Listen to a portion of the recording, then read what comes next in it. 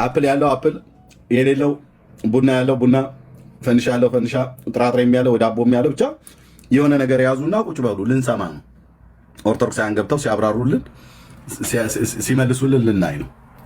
እነዚህን 3 መጽሐፍቶች በ3 ነገስታት ዘመን ስለ ታቦቱ ያወራሉ፣ እርስ በርስ ግን አይስማሙም።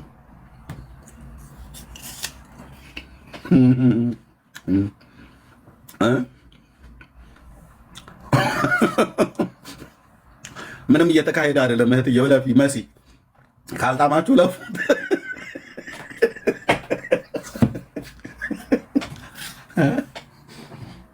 ምንም እየተካሄደ አይደለም። ሰላም ነው። መጽሐፍቶች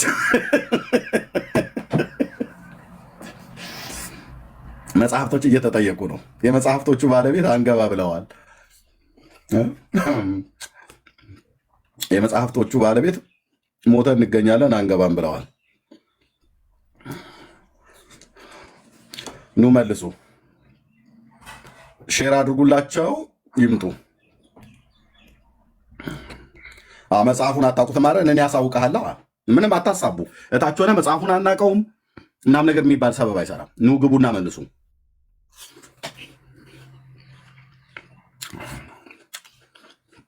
ያው አፄ ዘርዓ ያዕቆብ ከሳውዲ አረቢያው ንጉሥ ታቦት ተቀብሎ አምጥቷል። ታቦተ ሚካኤልና ታቦተ ማርያምን ያው ተቀብለናል ብላችኋል። ግሼን ደብረ ከርቤ ነች የጻፈችው ገዳሟ፣ የእመቤታችሁ ማለት ነው። 2 የአብርሃ አጽባ በአብርሃ አጽባ ዘመን ፍሬምናጦስ አቡነ ሰላማ ከአትናቴዎስ እጅ ተቀብለን አምጥተናል ብሏል። የምጽሌ ደብረ ጽዮን ማርያም የጻፈው መጽሐፍ ነው። ንጉሱ ሰለሞን ለልጁ ሰጥቶታል ብላችሁ የጻፋችሁት መጽሐፍ ነው።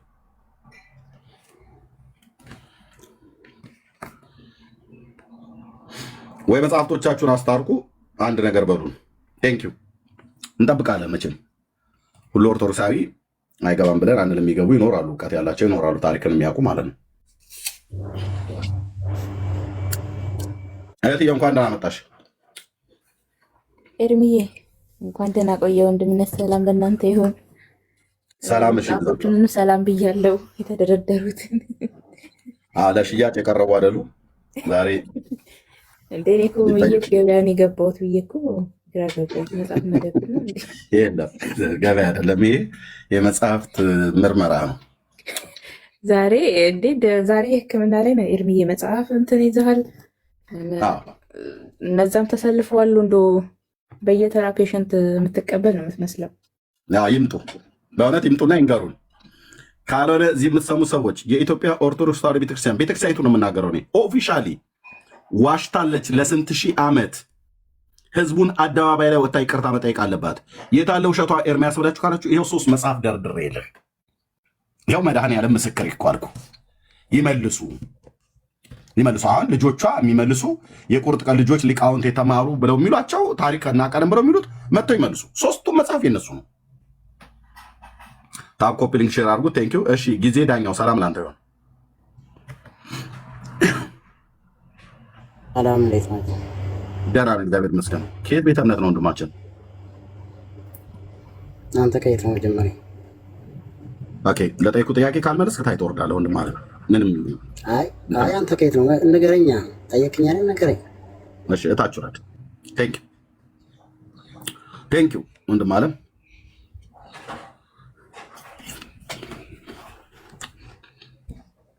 ኦኬ ብስር ይላል። ብስራት ማለት ነው አለው ነገር ከተሳሳትኩ ይቅርታ።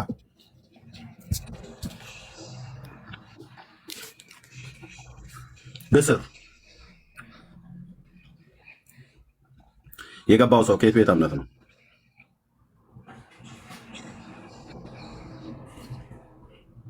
እሺ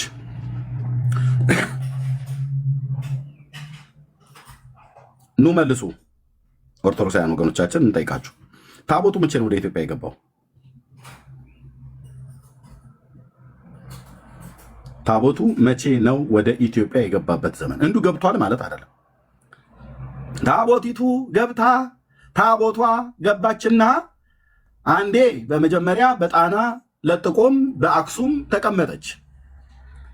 ያ በኋላ በግራኝ ዘመን ደግሞ ስደት በነበረበት ሰዓት ወደ ቆቃ ወደዚህ ወደ ሸዋ መታ፣ እዛም ደግሞ ተቀመጠች። ከዛ ደግሞ አልፎ በጣም የሚገርማችሁ እኮ ደግሞ ወደ አሰበ ተፈሪ አካባቢ ሁሉ ጭምር ሄዳለች። ነው ማርያም ናት እንጂ እንትን አልኩ ነገሩ ያው ታቦታ ማርያም አይደል ተብላ የምትባለው እና የሐረር ሰዎች ሲገራምጧት እንደገና ደግሞ ተመልሳ እንትን ብላ አሁን መጨረሻ መኖሪያ የሚስማማኝ ብላ ያለችው የመረጠችው ቦታ አክሱም ነው።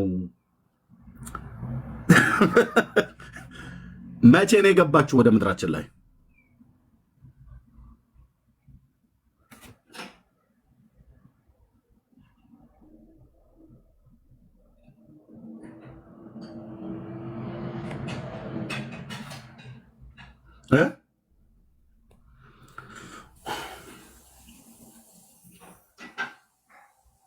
መቼ ነው የገባችሁ ወደ ምድራችን ላይ? እሺ ከገስት ላይ ያላችሁ በሙሉ ረዱ። ምክንያቱም የወንጌል አማኞች ናችሁ። እኔ የፈለኩት በዚህ ጉዳይ ላይ መልስ ሊሰጡን የሚችሉ የኦርቶዶክስ የቁርጥ ቀን ልጆች ነው ፈልገው። ታቦቱ መቼ ነው ወደ ኢትዮጵያ የገባው? ይህንን የወንጌል አማኞች የሆናችሁ ወንድሞች በሙሉ ጠይቋቸው። ኦርቶዶክስ በሶስት መጽሐፍት ላይ ታቦቱ የገባበት ዘመን የተለያየ ዘመን እንደሆነ ትናገራለች። ልብ በሉ። በሰለሞን ዘመነ መንግስት ታቦቱ ለልጁ ለሚኒሊክ ሰጥቶት ወደ ኢትዮጵያ መጥቷል። መቼ? ቅድመ ልደተ ክርስቶስ ብላለች እኮና። ታዲያ እኮ ግባ እና መልስ። ገብተህ እኮ ሃይማኖትን ተናገር ብዬ ስልህ ወጣህ። እድል ስጠህ። እሺ ና ጊዜ ዳኛው። እሺ እንኳን ደህና መጣ በድጋሚ። እንኳን ደህና መጣ በድጋሚ። ከየት ቤተ እምነት ነው? መጀመሪያ አንተ ከየት ነው እያልኩ እኮ ነው። እንዴ ምን ነው? እሺ እሺ አያውቀውም። ይሄኛው በእምነቱ ያፍራል። በእምነቱ የሚያፍር ሰው ነው። ኦኬ ልብ በሉ። ይሄን ጥያቄ እኔ ቤት የምትከፍቱ ሰዎች ወንድሞችና እህቶች ጠይቋቸው ኦርቶዶክሳውያንን። ታቦቱ በሰለሞን ዘመነ መንግስት ወደ ኢትዮጵያ መጣ ብላለች ኦርቶዶክስ። መረጃ ስጭን ስንላት ክብረ ነገሥት መጽሐፍ ብላናለች። ክብረ ነገሥት መጽሐፍ ራሷ የምትቀበለው በነ ዶክተር ስርግው ገላው በአዲስ አበባ ዩኒቨርሲቲ የኢትዮጵያ ቋንቋዎች ጥናትና ምርምር ማዕከል በተዘጋጀ በግዕዝና በአማርኛ የተጻፈ ላይ በሰለሞን ዘመነ መንግስት ነው ወደ ኢትዮጵያ መጣ ብላ የምትለው ታቦቱ። አንድ መጽሐፍ ዘንግቼ ነው። ቆይ እሱኛውም ደግሞ ሌላ አለ። ድርሳነ ጽዮን የሚል ደግሞ መጽሐፍ አለ። አረ ሌላም ረስቻለሁ። ገድለ ላሊበላም ላይ እርስ በርስ ደግሞ የማይስማማ ታሪክ አለ። መድኃኔዓለም ክርስቶስ ይኸው አማኑኤል ምስክሬ ነው። ገድለ ላሊበላ፣ ድርሳነ ጽዮን፣ ገድለ ተክለ ሃይማኖት፣ እነዚህ ደግሞ ሌላ አሁን ኢራን፣ አሜሪካ፣ እስራኤል እንደሚባል እርስ በርስ የሚፋጁ መጽሐፍቶች ናቸው። ታሪካቸው እኮ ነው ብዬ የምልህ።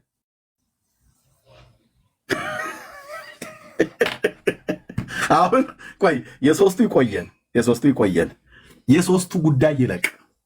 ኦኬ በሰለሞን ዘመነ መንግስት ታቦቱ ወደ ኢትዮጵያ መጣ ብላ በዚህ ላይ ጽፋለች ኦርቶዶክስ። መቼ ስንላት ንጉሱ ሰለሞን በነገሰበት ዘመን ልጅ ወልዶ ልጅየው አደገና ወደ ኢትዮጵያ መጥቶ እዛ አፈር ሲጫወት አድጎ ከዛ ወደ ሀገሩ ወደ አባቱ ሀገር ወደ እስራኤል ሄደ። ከዛ ምናምን ነገር ብላ ምትላለ። ይኸውልህ የአባቶቼ አምላክ ቅዱስ ልዑል እግዚአብሔር ይፋረድ። በዚህ ጉዳይ ላይ ገብቶ የሚያወራ ሰው ካለ ለነገ እንኳን አይኔን አላሽም። ተንደርድሬ ነው እዛ ቤት የምገባው። አይቀጡ ቅጣት ለመቅጣት ማለት ነው። ታሪካቸው እንዴት ራሱ ይሄ መጽሐፉ ከመጽሐፉ ይጣላል። ይሄው ራሱ ክብረ ነገሥት ከክብረ ነገሥት ይጣላል። አንተ ኦኬ በዚህ መጣ አለችን ታቦቱ። ጉድ ስንል መቼ ማለት ነው? በሰለሞን ዘመነ መንግስት። ሰለሞን መቼ ነበር የነበረው? የዛሬ 3000 ዓመት። ኦኬ በጣም የሚገርም ነው አለ። ይሄን ነው ህዝብ የሚያውቀው። ከዛስ ሳነብልህ ገድለ አቡነ ሰላማ ከሳቴ ብርሃን ላይ ፍሬምናጦስ የሚባለው እሱ በነበር በአብርሃ አጽብሃ ዘመነ መንግስት ነው የነበረው። አብርሃ አጽብሃ የሚባሉት ነገስታቱ በነበሩበት ዘመን ማለት ነው፣ በአራተኛው መቶ ክፍለ ዘመን። እሱ ደግሞ ወደ ግብፅ ሀገር ሄዶ ከግብፅ ሀገር ጵጵስና ሲቀበል ፍሬምናጦስ ከማነው ጵጵስናውን የተቀበለው? ከአቡነ አትናቴዎስ። ማን ነው የሚናገረው? ይኸው ገድለ አቡነ ሰላማ። ማን ያሳተመው? በምጽሌ ደብረ ጽዮን ማርያም ቤተክርስቲያንና የታተመው ብራዘር ገዳሙ ኦኬ አሁን ትኩሱን ድንች ጉያ ስር አደርገዋለሁ እዛው ስትቃጠልበት እኖራለሁ ማለት ነው። ከዛስ በዚህኛው ደግሞ መጽሐፍ ላይ ታቦቱን ወደ አክሱም አምጥቶ ያስቀመጠው አባ ሰላማ ከሳቴ ብርሃን ከአቡነ አትናቴዎስ እጅ በአራተኛው መቶ ክፍለ ዘመን አብርሃ አጽብሃ ነገሱበት ዘመን ነው። ግብፅ ሀገር ሄዶ ከንፈሩን ተስሞ ማነው ከንፈሩን የሳመው? አቡነ አትናቴዎስ። የማንን ከንፈር ነው የሳመው? የአቡነ ሰላማ ከሳቴ ብርሃንን ከንፈር ለከንፈር ተሳስመው። አዎ ወንድ ልጅ ከወንድ ልጅ ከንፈር መሳሳም እንዴት ነው ታዲያ? ነገርየው እንዴት ነው? ነገርየውማ ታውቂዋለሽ። ከንፈር ተሳስሞ ማን ሄድ የሚናገረው? ገድለ አቡነ ሰላማ። ናግባልኝማ እኮ ነው ብዬ የምልህ። ናግባና እናውራ እና ታቦቱ በአቡነ ሰላማ ዘመን በፍሬምናጦስ ዘመን ወደ ኢትዮጵያ መጣ ብላ ምትለው በአራተኛው መቶ ክፍለ ዘመን። ይሄኛውን ታሪክ አያውቀውም ማለት ነው። ይሄኛው ደግሞ ሌላ ታሪክ ያወራላል። እነዚህን ሁለቱን ደግሞ የሚሞግት ደግሞ የለም። በአፄ ዘርዓ ያዕቆብ ዘመነ መንግስት ንጉሳችን በነገሱበት ዘመን ከመካ መዲናው ሹም ከሳውዲ አረቢያው ንጉስ እጅ ታቦተ ሚካኤልና ታቦተ ማርያምን አምጥተው አክሱም አስቀምጠዋታል ይላል። አክሱም ስንት ታቦት ነው ያለው? በዚህ መጽሐፍ መሰረት ሶስት የሙሴ ታቦት።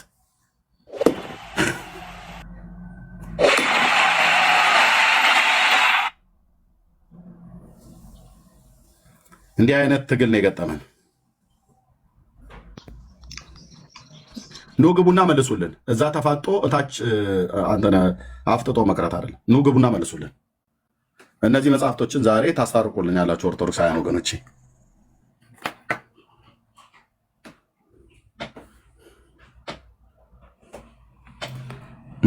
ወይ የተሳለማችኋቸው ትሄዳላችሁ። ከበረከቱ ተካፋይ ልትሆኑ ከነዚህ መጽሐፍቶች የትኛው ታሪክ ነው ትክክል?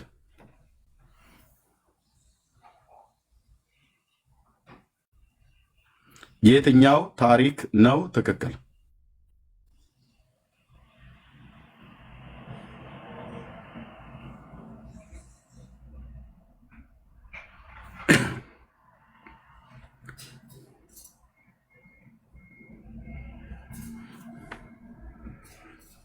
እ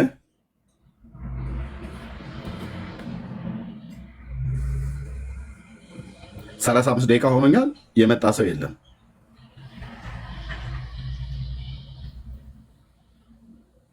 እሺ ቆንጂት፣ ሰላም ላንቺ ይሁን። ቆንጂት ማይክ ከፍተሽ አትቀመጭ። እሺ ሞዳ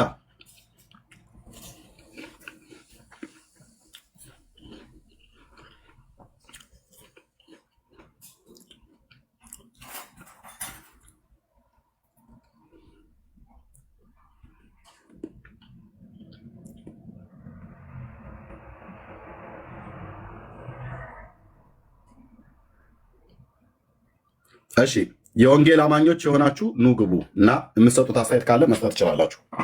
የወንጌል አገልጋዮች ነን ብላችሁ የምትሉ የወንጌል አማኞች ወንድሞች እና እህቶች የሆናችሁ መግባት የምትፈልጉ ሰዎች ካላችሁ ኑ ግቡ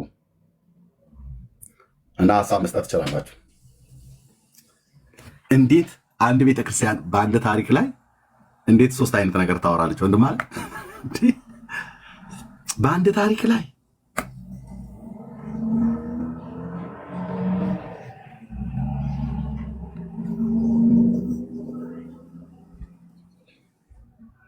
እሺ አገልጋይ የተባልከው ሰው ከዚህ በፊትም ነግሬሃለሁ። ስለዚህ ብሎክ አድርጌሃለሁ። ቴንክ ዩ። አንተን ስጠብቅ አልኖርም። እማላቃችሁ ሰዎች አገልጋይ እንትና ፓስተር እንትና የሚል ስም ከበስተጀርባ ለጥፈህ ትመጣለህ። እዚህ ቤት ብዙዎች ራሳቸውን እያስተዋወቁ የሚሄዱበት ቤት አይደለም ብራዘር። ኦኬ እዚህ ትገቡና እኔ ጋር በዓለም ባለ ዙሪያ ህዝብ ትተዋወቁና መልሰህ እኔኑ ደግሞ መውጊያ ልትሆን ነው። ስለዚህ እኔ እዚህ ቤት አሁን የማስገባቸው በጣም ሰሌክት የሆኑ የማውቃቸው ለወንጌል አገልግሎት እዚህ ሚዲያ ላይ የወጡ በትክክል የሚሰሩ አገልጋዮች ብቻ ነው። ከዛ ውጭ ዝም ብሎ የለም። አገልጋይ ብለህ ስላልክ ፓስተር፣ ነቢይ ምናምን ነገር ብለህ ስላልክ ዝም ብዬ አላስገባም። ኦኬ ጸጋ ይብዛላችሁ።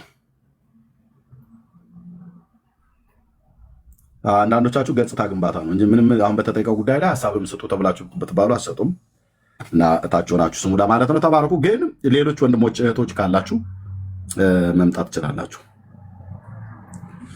ኦኬ እድል እንሰጣለን። ካልሆነ እዚህ ላሉ ወገኖች ይሰጣለሁ ማለት ነው። እሺ እሺ። አሁን የገባው ሰው አንተን በዚህ ስም አልጠራህም ብራዘር። አሁን የገባው ሰው አንተ ስለ አይደለ ማለት ነው። ይህን ስም ይዘህ ሁለተኛ ገስት እንዳትልክ ነው ቤት። አንተ የአብ ልጅ አይደለህም። የአብ ልጅ አንድ ነው፣ እሱም ቅዱሱ ጌታዬ ኢየሱስ ክርስቶስ ነው። ስምህን አስተካክለህ እስክትመጣ ድረስ ከዚህ ቤት እንደውም ብሎክ አድርጌሃለሁ። ስምህን አስተካክል ጎ። አንተ የአብ ልጅ አይደለህም። የአብ ልጅ አንድ ነው፣ እሱም ገናናው ኢየሱስ ነው። አለቅ። አንተን አንድ የመንደር ላይ ጎረምሳ አሁን የአብ ልጅ እያልኩ ልጠራ እዚህ ጌታዬን በጠራሁበት ዘርጋው ድፋው ምናምን ነገር አትልም እንዴ? የሰፈር ስምህ እሱ ነው። እሺ በእነዚህ ወገኖች በእነዚህ መጽሐፍቶች ላይ ጠይቋቸው። ስክሪንሾት አድርጉና ያዙ። እዚህ ያላችሁ ሰዎች ወገኖች፣ መጽሐፈ ጤፉት በግሸን ደብረ ከርቤ የታተመ መጽሐፍ ነው። ገድለ አቡነ ሰላማ ከሳቴ ብርሃን በምጽሌ ደብረ ጽዮን ማርያም የታተመ ነው። ክብረ ነገሥት በአዲስ አበባ ዩኒቨርሲቲ የጥናትና ቋንቋዎች ምርምር ማዕከል የተዘጋጀ ነው። ኦርቶዶክስም ራሷ የምትቀበለው ነው። በእነዚህ ሶስት መጽሐፍቶች ላይ ስለ ታቦቱ መምጣት ሶስት አይነት ሀሳብ አለ። የማን ነው ስህተቱ? የጴንጤ ስህተት ነው። ጴንጤዎች ታቦት የላችሁም ብላችሁም ትሉ። እናንተ እኮ ራሱ እንኳን ታቦት የላችሁም። ታቦቱ ይሄኛው ከእስራኤል መጣ ይላል። ከእስራኤል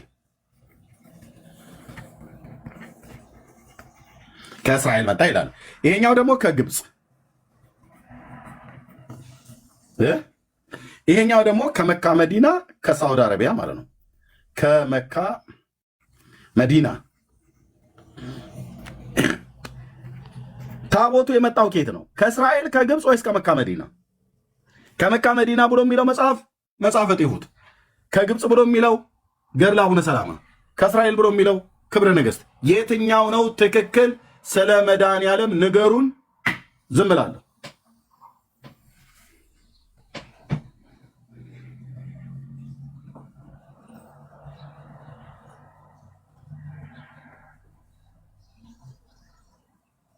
የትኛው ነው ትክክል? እንዲህ አይነት ውሸት ወንድም ማለት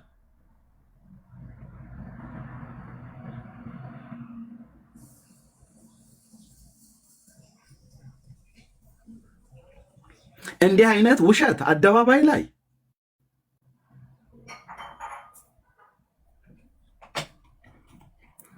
በሉ። እስከዛ እንትን አፕሌ ልበላ ነው። እናንተ የምታወሩት ነገር ካለ ማውራት ትችላለች። እንኳን እንዳላመጣችሁ እህትዬ መሲ ቀጥይ። በይካም ይቀጥላል። ማነው የሸዋ ብላ የምትምለውም እህት አለች። የምትሰጡት ሀሳብ ካለ ስጡ፣ እናያለን። እስኪ ማንም ኦርቶዶክሳዊ በዚህ ሲያልፍ ካያችሁ ያዙት እና አስገቡት። መልሱን የመስጠት ግዴታ የነሱ ነው። እኛ ጥያቄ እንጠይቃለን። ኦርቶዶክስ መልስ አላት ብለዋል። ይኸው ይመልሱልን። ጋይድ እህትዬው በስተት ነው ኦርቶዶክስ መልስ አላት የተባለ በስተት ነው። መልስ ቢኖራት እስከዛሬ ድረስ ብዙ ምላሾችን ትሰጠን ነበረ። እናት ቤተክርስቲያን እንደመሆኑ መጠን እና ኦርቶዶክሳውያን ካላችሁ ግቡና ለዚህ ምላሽ በሰጡን በጣም ደስ ይለናል። በጣም ብዙ ጥያቄ አለን። እነዚህ ሶስት መጽሐፍቶችም አፍጥጠው እናንተን እየጠበቁ ነው። እኛም እናንተን እየጠበቅን ነው። መልስ እንፈልጋለን። ኩሉላዊት ቤተክርስቲያን መልስ እንድሰጠን እንፈልጋለን። ካላችሁ ፕሌስ ግቡና እንወያይበት፣ እናወራበት። ምክንያቱም ይሄ ነገር እጅግ በጣም ወሳኝ ነው። ቤተክርስቲያን በጣም በአክብሮት የምታነባቸው ህዝቦቿም ሳያውቁ የሚሳለሟቸው መጽሐፍት ናቸው። ተገልጦ ሲነበቡ ግን እርስ በርሳቸው እንዲህ የሚጋጩ፣ አደባባይ ላይ ደግሞ እንዲህ እናንተን አፍጦ የሚጠብቁ ናቸው። በቤተክርስቲያን ውስጥ ምዕመናን የማያነቡት ቤተ መቅደስ ውስጥ ወይም ደግሞ ቤተክርስቲያን ውስጥ በጨርቅ ተጠቅሎ የሚቀመጥ መጽሐፍ ነው። ወንጌል አማኞች እጅ ገብቶ ደግሞ ተገልጦ ሲነበብ ውስጡ እጅግ በጣም ብዙ ጉዶችን የያዘ ነው። እርስ በርስ የሚጋጭ መጽሐፍ ነው። ስለዚህ ኦርቶዶክስ ቤተክርስቲያን ምላሽ እንዲሰጠን እንፈልጋለን። እኛ በጣም ብዙ ጥያቄዎች አሉ። ይሄ ብቻ አይደለም። ታቦቱ መቼ መጣ የሚለው ነገር እጅግ በጣም ወሳኝ የሆነ ጥያቄ ነው። ከዚህ በላይ ምንም አሳሳቢ የሆነ ጥያቄ የለም። ምዕመኑ በየዓመቱና በየጊዜው የሚያከብረው በዓል ነው። እስቲልና አለ ተብሎ የሚታመን ነው። መልስ እንፈልጋለን። በቤቱም እያለን የምንጠይቀው ጥያቄ ነበር። እዚህም ሆነን ደግሞ እየጠየቅን ያለነው ጥያቄ ነው። እንግዲህ አንድ ኦርቶዶክሳዊ ገብቶ እውነት ነው ይሄ ነገር ትክክል ነው፣ ቤተ ክርስቲያን አልተሳሳተችም፣ ቤተ ክርስቲያን መልስ አላት፣ ትክክል ናት የምትሉ ከሆነ እስቲ ገብታችሁ ትክክል የሆነውን ሀሳብ አንድ አድርጉልን። እርስ በርስ የሚጋጨውን መጽሐፍ አንድ አድርጉልን፣ አስማሙልን። ከዛ በትክክል ኦርቶዶክስ መልስ አላት ብለን እኛም እንቀበላለን የእናንተን መልስ አይተን። እስከዛሬ ግን ምንም አይነት ምላሽ ስትሰጠን አይተንም አናውቅም። ርዕሱን እንደምታዩት ታቦቱ መቼ መጣ? በሰለሞን ዘመን፣ በአብርሃም፣ በአፄ ዘርዓ ያዕቆብ ሁሉም ትክክል ነው። የትኛው ነው? ያው በሚወዷት በማርያም ሁሉ ነው እየለመናቸው ያለው። ይግቡና ይንገሩን እስቲ እንግዲህ ይግቡ። እሺ ግቢ፣ ሲፈን ግቢ። ኦርቶዶክስ ከሆንሽ ግቢና እስቲ ሁሉንም እንትን አድርጉልን፣ አስማሙልን። ጂሰስ ኢዝ ሎርድ። ሁሉም ትክክል ነው አልክ። እስቲ ትክክል ከሆነ ግቡና አስማሙልን። አንዱ እኔ ነኝ ትክክል ይላል፣ አንዱ እኔ ነኝ ትክክል ይላል። መጽሐፋችሁ የትኛው ነው ትክክል? እንግዲህ ኑና ምላሽ ስጡን እንላችኋለን። የቤኪ ይቀጥል፣ ከዛ በኋላ ቀጥላለሁ። ወንድምነት ወይ የሾ ቀጥሉ። እኔ ምንም ቀጠልኩት። ይግቡና እንትን ይበሉ። እኔ ግን ኤርሚዬ እንትን ነው ወንድምነት መጽሐፈ ጤፉትን በጣም ነው የምወደው። ስሙ ራሱ ከኛ ከምግባችን ጋር የሚገናኝ ነገር ስላለው ጤፉ ስትል እንጀራ ነው ትዝ የሚለኝ እና ከሳውዲ አረቢያው ነው ያልከው? ከሳውዲው ንጉስ ጋር ከሳውዲው ንጉስ ከመካ እኮ ነው የመጣው። ቤኪ እኔ እናንተ ሊቢት እንግባ እንዴ? ወይ ከመካ እኮ ነው የመጣው ታቦቱ እኮ ከሳውዲያ። መካ ምንድን ነው? መካ ሳውዲ አይደል እንዴ? መካ ሳውዲ ነው። እና ታዲያ ከሳውዲ ሉላል የመጣው መስቀሉ እና የሚካኤል ነው የማርያም ታቦት እንደሆነ ምናምን የሚባለው ነገር ያው እሱ ለሚት ይችላልሁ የተገረፈበት ሚስማሩ ምኑ አልቀረም ማለት እሱ መጽሐፍ ላይ እና መጽሐፈ ጤፉት ላይ ማለት ነው። ይህን ግን በእውነት ያው ለምሳሌ ኦርቶዶክስ ያው ወንድሞቻችን እህቶቻችን መልስ አላት ነው የሚባለው ሲባል ምንሰማው እና አባቶቻቸውም እንደዚያው አባቶችን ጠይቁ ምናምን ጠይቁና እስከ ጠይቀው ያልተገኘለት መልስ ነውና እኔ ማወቅ ፈልጋለሁ። በማን ዘመን ነው? በሰለሞን ዘመነ መንግስት ነው ወይስ በአብርሃም ወጽሐ ዘመን ነው? በአፄ ዘርዓ ያዕቆብ ዘመን መቼ ነው? ይሄ ታቦት የት ነው ያለው? ማለት ጠፍቷል፣ እግዚአብሔር ሰውሮታል የተባለው ነገር እንዴት ነው ታዲያ እናንተ ጋር ሲመጣ? እግዚአብሔር ሰውሮት ለእናንተን የሰጠው ጌታ መጣችሁት። ኦኬ ጌታ መጣችሁት። ዙሩባቤል ባስገነባው ቤተ መቅደስ ውስጥ ታቦቱ እንደሌለ ይነገራል። መጽሐፍ በግልጽ ነው የሚያስረዳውና እናንተ ጌታ መጣችሁት ነው ታቦቱ እኛ ጋር ያለው ጽዮን ነው የሚባለው ታቦተ ጽዮን ምናምን ነገር ሰው እኔም ባውቁ ደስ ይለኛል። ባለፈው ኤርሚዬ እያሳየ ነበረ የአሜሪካ ምናምን ነገር አይ ቲንክ የስለላው እንትን በኢትዮጵያ እንደሚገኝ መረጃ ወጥቷልና የሚባል ነገር አለ። ከእሱ ጋር ተደማምሮ እንዴት ገባ ደግሞ ኤርሚ ሲያነብ ሰምተናል። በስርቆት ምናምን ነገር ያ ስርቆቱ ሲከናወን መልአክ እንደተባበራቸው ምናምን ነገር ደግሞ ሲያወሩም ሰምተናል። የሌብነት ጉዳይ ላይ መልአክ ተባባሪ እንደሆነ ምናምን ነገር አስባችሁታል? በጣም በጣም በጣም ከባድ ነው። ይኸው ግን ሰው ገብታችሁ ነገሩን በአጭር አማርኛ ገብታችሁ ነገሩን ኤርሚ በመረጃ መጥቷል። እነ መጽሐፈ ጤፉት ሌሎችንም ጨምሮ ኤርሚ ተዘጋጅቶበት መጥቷልና እስቲ ከኤርሚም ከእናንተም እንስማ። ከስር ያየዋችሁ ነው በነገራችን ላይ አላችሁና ገባ በሉ አትፍሩ።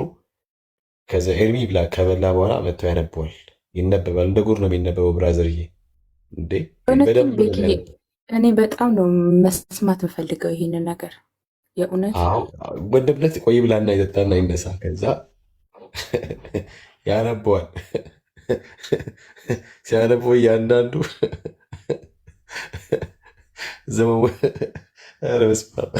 ጌታ ሆይ ቀጥሉ ቀጥሉ እናንተ።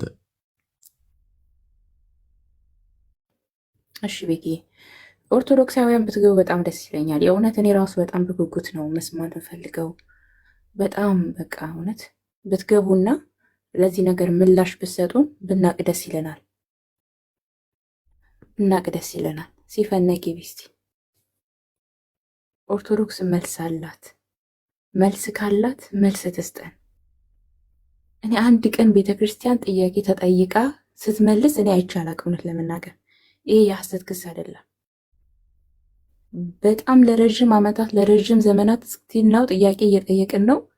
ከመሳደብ መናፍቃን ናችሁ ከማለት ውጭ ትክክለኛው ምላሽ ይሄ ነው፣ ይሄ ትክክል ነው ተብሎ ግን ምላሽ ሲሰጥ እኔ አይቼ አላቅም እውነት ለመናገር። ስለዚህ ካላችሁ ፕሊስ ግቡና በተለይ ቲክቶክ ላይ ያላችሁ በአቅመተ እምነት ላይ የመሰሩ ወንድሞች ካላችሁ ብትገቡና ብንወያይ ደስ ይለናል። ማወቅ እንፈልጋለን። እንማማር። ኑ ግቡ። እናንተም በገባችሁ መጠን እኛም በገባን መጠን እንደ እግዚአብሔር ቃል እንወያያለን። ይሄ ነገር እውነት ከሆነ ለምንድን ነው የማይነገረን? ለምንድን ነው ሁል ጊዜ ተሸፍኖ የሚቀመጠው? ሁሉ ነገር ሚስጥር የሆነበት ቤተክርስቲያን ሚስጥር ነው፣ ሚስጥር ነው፣ ሚስጥር ነው። ይሄ ሚስጥር ነው። ታቦት ሚስጥር ነው። ሁሉ ነገር ሚስጥር ነው። እስቲ ኑ ግለጡትና እናንበበው። ሸፍኖ ለህዝብ ከማሳለም ይልቅ ገልጦ ለህዝቡ ማንበብ ህዝቡ እውነታውን እንዲረዳ ያደርጋልና ካላችሁ ገብታችሁ እንድትነግሩ እንፈልጋለን። ከሌሉ ግን ያላችሁ ወንድሞችና እህቶች ሼር አድርጉ። ለኦርቶዶክሳውያን ሼር አድርጉ። ለሁሉም ሼር አድርጉ ፕሊዝ። ኤርሚ ከተመለስክ መቀጠል ትችላለህ። ለሁሉም ሼር አድርጉ፣ ታብታብ አድርጉ፣ ሪፖስት አድርጉ። ሜምበር ያልሆናችሁ ሜምበር ሁኑ ጋይስ። ሜምበር ተባረክ። የተየው ጸጋ ይብዛልሽ። ቴንኪው። ኦኬ የዚህ መጽሐፍ ደግሞ እኮ አሁን ይሄኛውን ለብቻ ጎትቻ አወጣሁት አይደል? አሁን ክብረ ነገስትን አወጣ ነው። በዚህ በክብረ ነገስት መጽሐፍት ላይ የተጻፈ ታሪክ እርስ በርሱ ነው የሚጣላው። እርስ በርሱ መጣላት ብቻ ሳይሆን ከሌሎች መጽሐፍም ጋር ይጣላል። አሁን በዚህ ክፍል ላይ የንጉሱ የሰለሞን ልጅ ወደ ኢትዮጵያ መጣ የተባለበትና ወደ ኢየሩሳሌም ሄደ የተባለበትን የተወለደበትን ዘመን የሚናገረውና በሌሎች መጽሐፍት ላይ ደግሞ የሚናገረው አንድ አይነት አይደለም። ለምሳሌ እስከዛሬ ድረስ የሚናገረው ይሄኛው በገጽ 25 ላይ ከሰለሞን ወለደች የተባለችው ልጅ ልብ በሉ። ገጽ 25 ላይ ከሰለሞን ወለደችው የተባለ ልጅ ሕፃኑም አደገ ይላል እና ከዛ ስሙንም በይነ ልህም ብላ ጠራችው። ቀዳማዊ ምኒልክ የተባለው ማለት ነው። በይነ ልህም ብላ ጠራችው ይላል። ኦኬ ከዛስ አባቴ 12 ዓመት ሆኖ አጫዋቶችና አሳዳጊዎች አባቴ ማን ነው እያለ ይመረምራቸው ነበር። እነርሱ ንጉሱ ሰለሞን ነው ይሉት ነበር። የ12 ዓመት ልጅ በነበረበት ሳለ አባቴ ማን ነው እያለ ይጠይቅ ነበር ልጅየው ማለት ነው። ወደ ንግስቲቱም ሄዶ ንግስት ሆይ አባቴ ማን እንደሆነ ንገሪኝ አላት። ንግስቲቱም ልሂድ እንዳይል በቁጣ እያስፈራራች ለምን ስለ አባትህ ትጠይቀኛለህ? አባትህም እናትህም እኔ ነኝ፣ ሌላ አትሻ አለችው። እናት አሁን አባት ትሆናለች? አትሆንም። እናትህም አባትም እኔ ነኝ፣ ለምን ሌላ አባት ትሻለህ ብላለችው ይላል። ከእሷም ወጥቶ ይቀመጣል። ሁለተኛም ሶስተኛም ጊዜ ይጠይቃትና ይመረምራት ነበር። አንድ ቀንም አገሩ ሩቅ መንገዱም ድንቅ ነውና ወደዚያ አትሻ አለችው። አንድ ቀን ነገረችው። አገሩ ሩቅ ነው መንገዱም ድንቅ ነው እና ወደዛ አትሻ አለችው። ወደዛ መሄድን አትፈልግ፣ የአባትህ ሀገሩ ሩቅ ነው አለችው ይላል። እናቲቱ ተዋሻለች ማለት ነው። ውሸታም ናት። ድሮስ የዲቃላ ነገር ያውም እኮ የሌለ ድቅልና ነው። በታሪክ ውስጥ ራሱ ብትፈልግ አይሁዳውያኑ ራሳቸው ሴት ልጅ እንዳለው ነው ሰለሞን ሴት ልጅ ነው ወለደ ብሎ የሚለው። እቺ የሳባ ንግስት ደግሞ የኢትዮጵያ ንግስት አይደለችም። የኢትዮጵያ ንግስት አይደለችም። 4 ነጥብ። ይህ ልጅ ልህለምን ግን ግርማ ሞገስ ነበረው። ግዝፈቱ፣ አካሉ፣ የአንገቱ አስተካከል አባቱን ንጉሱን ሰለሞንን፣ አይኖቹ፣ ጉንጮቹና አካሄዱ ሁሉ ንጉሱ ሰለሞንን ይመስል ነበር። 22 ዓመት ሲሆነውም ይላል ያዙችን ክፍል 22 ዓመት ሲሆነውም ውጊያን፣ ፈረስን፣ ግልቢያን፣ አደንና አንድ ኮረምሳ ሊማረው የሚያስፈልገውን ሁሉ ተማረ። የ22 ዓመት በነበረበት ሰዓት ላይ ንግሥቲቱንም የአባቴን ፊት አይ ዘንድ እሄዳለሁ፣ በእስራኤልም አምላክ በእግዚአብሔር ፈቃድ ወደዚህ እመለሳለሁ አላት። መቼ? የ22 ዓመት ልጅ በነበረበት ሰዓት ነው። የአባቴን ፊት አያለው ወደ እስራኤል በእስራኤል አምላክ በእግዚአብሔር ፍቃድ ወደዚህ እመለሳለሁ አላት እና የስንት ዓመት ልጅ ሲሆነው ሄደ ይላል? ወደ ኢየሩሳሌም ወደ እስራኤል። ጻፉት ከታች በደንብ ያያችሁ ሰዎች። የስንት ዓመት ልጅ ሲሆነው ሄደ? 2 ዓመት ከኢትዮጵያ ተነስቶ የ22 ዓመት 23 ኬት ነው የጨመርከው ዲያቆን? የ22 ዓመት አየሽ። አንደኛው ደግሞ ዲያቆን ዲያራስ ደግሞ ጨመረበት 23 ብሎ ማለት ነው። እንዲህ አይነት ትግል ነው የገጠመን። አየሽ እዚሁ ቁጭ ብሎ ቁጥር ይጨምራል።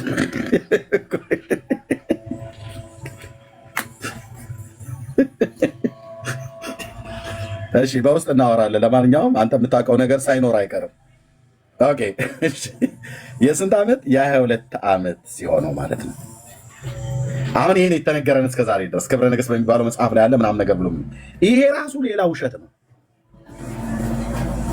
ለምን ሌላ ውሸት ሆነ? ይሄኛው መጽሐፍ ደግሞ ይቃወማል። ይሄኛውን ማን ነው ደግሞ ይሉታል? ይሄኛው መጽሐፍ ድርሳነ ጽዮን።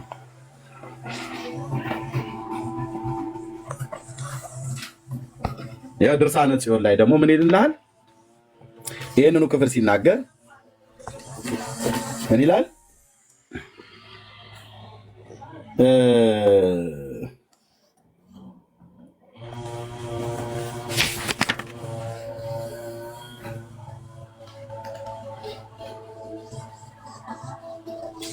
የማክሰኞ ድርሳን ላይ ማለት ነው። የማክሰኞ ድርሳን ምዕራፍ 15 ላይ ቁጥር ማነው? ምዕራፍ 16 ላይ ምዕራፍ 16 ቁጥር 7 ላይ እንደዚህ ይላል። ለእርሱም 25 ዓመት በሆነው ጊዜ ሰልፍንና ፈረስን ግልቢያ ተማረ። የአራዊት አደንን የጉልምስናንም የሚያስፈልገውን ሁሉ አጠና። ንግሥቲቱንም የአባቴን ፊት አይ ዘንድ እሄዳለሁ አላት። በእስራኤል አምላክ በእግዚአብሔር ፍቃድ ወደዚህ እመለሳለሁ አላት። እዚህ ጋር ያነበብነው ማለት ነው። እዚህኛው የስንት ዓመት ይላል?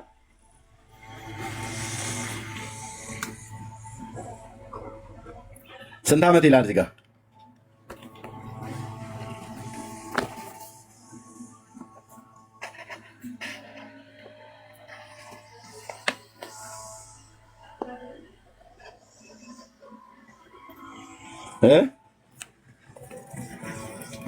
ይሄኛው 25 ይሄኛው 25 ይሄኛውስ 22 የትኛው ነው ትክክል? እግዚአብሔር በቀኝ አላውቅም።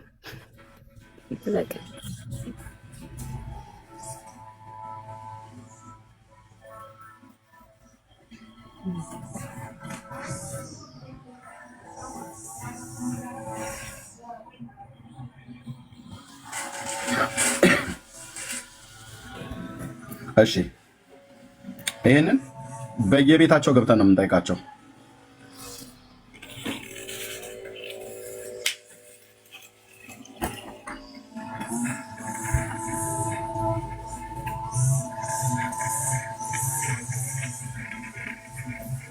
እሺ 23ም አለ። ኦኬ እናየዋለን። እሺ ዲያቆን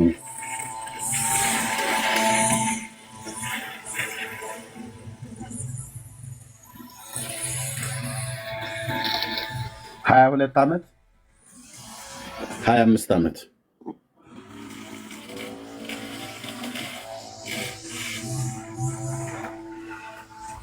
የትኛው ነው ትክክል? የማክሰኞ ድርሳነ ጽዮን ወይስ ክብረ ነገሥት ላይ ያለው?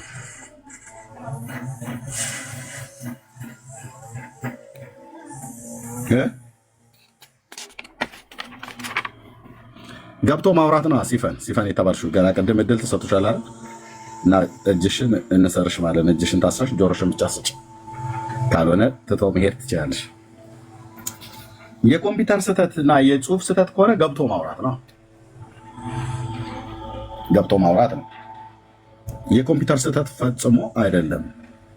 በዚህ ብቻ አይደለም ስህተቱ ያለው የዚህ መጽሐፍ። እኔ አውቄ ነው የማላወራው፣ እስኪገቡ ድረስ አውቄ ነው ዝም የምለው ማለት ነው። ሲገቡ የምጠይቀው ጥያቄ ስላለኝ ስህተት እንዳለው እኮ ራሱ የሚያውቁት የሚያ አንተ ስታነብ ነው እንጂ እነሱ መቼ ያነቡታል? ያ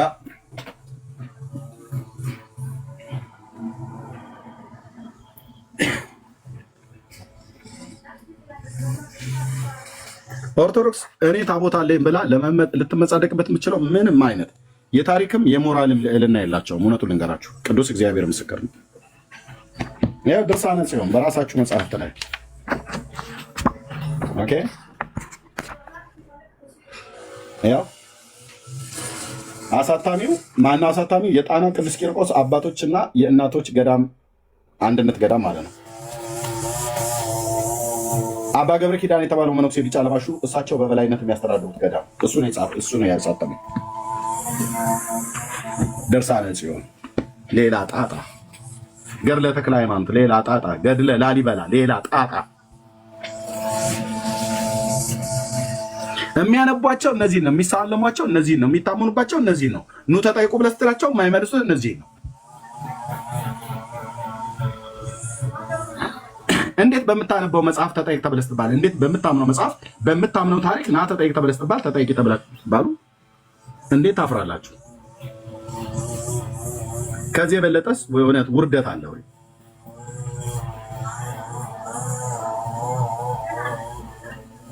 ታቦቱ መቼ ነው ወደ ኢትዮጵያ የመጣው? መጥቷል እያሉ ማውራት ብቻ አይደለም፣ የመጣበትን ዘመን ምን ብለው ነገሩ? ምን ብለው ነገሩሽ አባቶቼ ብለህ የምትላቸው ያ የነገሩን ነገር በመረጃ ላይ አስደግፈውልሃል ወይ? ታሪክ ውስጥ እውነተኛ ታሪክ ነው ወይ?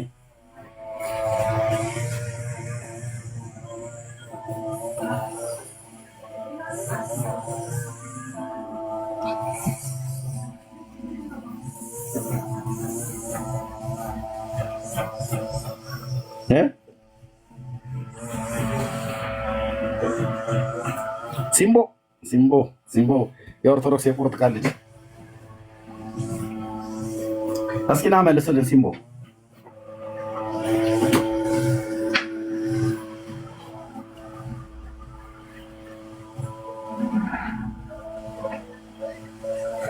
በቃ እንደው ዝም ብሎ ዝንጀሮ ጠባቂ መስል ተፋጠን ነው የምናየው አይደል? እንዲህ አይነት ነገር ሲነሳ በፍጹም አደፍሯል። እንትን ይደረግ ቤቱ ደግሞ ታብታብ አልተደረገም፣ ፖፕሊክም አልተደረገም። በነገራችን ላይ እሱን በማስደረግ እኔ ደክሞኛል። ምንም አንድ ጊዜ በፍጹም ካረጉት ያረጉት ካላረጉ ግን አድርጉት። እሺ ወዳችኋለሁ፣ አድርጉት።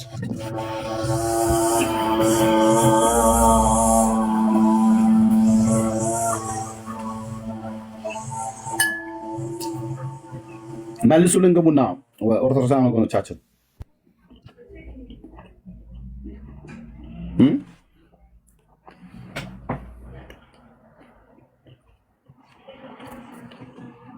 እሺ። ሳሚ ሰላም ላንተ ይሁን። ደህና ነኝ። ከየት ቤተ እምነት ነው? እንግዳ ማኝ። እሺ ገስት ካሊ ነው ተራ አይ ሰላም ለማለት ነው። እሺ ዲናችሁ ቤኪ ሁሉ ሰላም መሲ ሰላም ሰላም፣ እንዴት ናችሁ? ዳዊት እንዴት ነው? እግዚአብሔር ይመስገን፣ ፈጣሪ ይመስገን። ከየት ቤተ እምነት ነው ወንድማችን? ኦርቶዶክስ ይመቸኛል፣ ደስ ይለኛል። እንኳን ደህና መጣ። የእግዚአብሔር ቃል ኪዳኑ ታቦት ኢትዮጵያ ውስጥ መጥቷል አይደል? ወንድማችን ዳዊት ምን አልከኝ? የእግዚአብሔር ቃል ኪዳኑ ታቦት ያው እየሆነ ነው። እውነት ኦርቶዶክስ ትክክል ናት እኮ መጥቷል አይደል? ኢትዮጵያ ውስጥ አልገባን መጥቷል ስትል ማለት ታቦቱ ምን ታቦት የምታወራው? የእግዚአብሔር ቃል ኪዳኑ ታቦት አታውቀውም? ከእስራኤል ሀገር የመጣው are you talking like about the ark of the ark? አላውቅም። አላውቅም። ኦርክ አላውቅም። ታቦት ነው ያልኩ። ታቦት ሚንስ አርክ ላይክ የኖህ አርክ አላውቅም። እኔ እንግሊዝኛ ስለማላውቅ ነው። እሺ የኖህ ታቦት ምናምን ኢትዮጵያ ውስጥ ኖህም አይደለም ነው ኦርክ ምናምን ነገር አልክ። ምንም እንግሊዝኛ እንደሚያውቅ የጠየቁ የእግዚአብሔር የቃል ኪዳኑ ታቦት ከእስራኤል ሀገር ኢትዮጵያ መጥቷል ይላል። ትክክል። ትቸገራለህ። ኢትዮጵያ አይደለም መሰለኝ እንትን ነው እንግሊዛዊ ነው መሰለኝ። ኢትዮጵያዊ ነው። አይ አማርኛ በጣም ስትቸገር እያየሁ ነው። ይሄ ወንድም አይ እንደ ስነ ስርዓት አይደለም ኢትዮጵያዊ ነው። ታዲያ ካልሆንክ ለምን በአማርኛ አታወራም? እንትን አርክ የሚባል ታቦቱ አላውቅም። እኔ አርኪውን ምን አላውቅም። ኦርክ ነው ያለው ወንድሜ። ምን ነው አንተ ነህ እኮ ስራ ያስገባኝ። እኔ ታቦት ብዬ ስልህ ኦርክ ነው ወይ አልከኝ። እኔ ኦርክ አላውቅም። እሺ ታቦት ያው እኮ ነው። አርክ ታቦት ያው ነው። በቃ እሺ ቴንክ ዩ። ኦኬ ዛሬ ያስኩት ማለት ነው። አርክ ለካ ማለት ታቦት ማለት ነው። እናንተዬ አለመማር። እሺ አርኩም ይሁን ታቦቱ መጥቷል ወይ ነው እያልኩ ያለሁት ኢትዮጵያ ውስጥ። አዎ እንትን አክሱም ውስጥ አለ ጽዮን ማርያም ቤተክርስቲያን አለ ይባላል። ቴንክ ዩ። መቼ ነው የመጣበት ዘመን? እንግዲህ እንጃ አንተ ንገረኝ እንዴ። እኔ መጣል አልኩ አንተን አክሱም ውስጥ አለ ብለኸኛል። መቼ ነው የመጣው? ዓላማ ግን ምንድን ነው?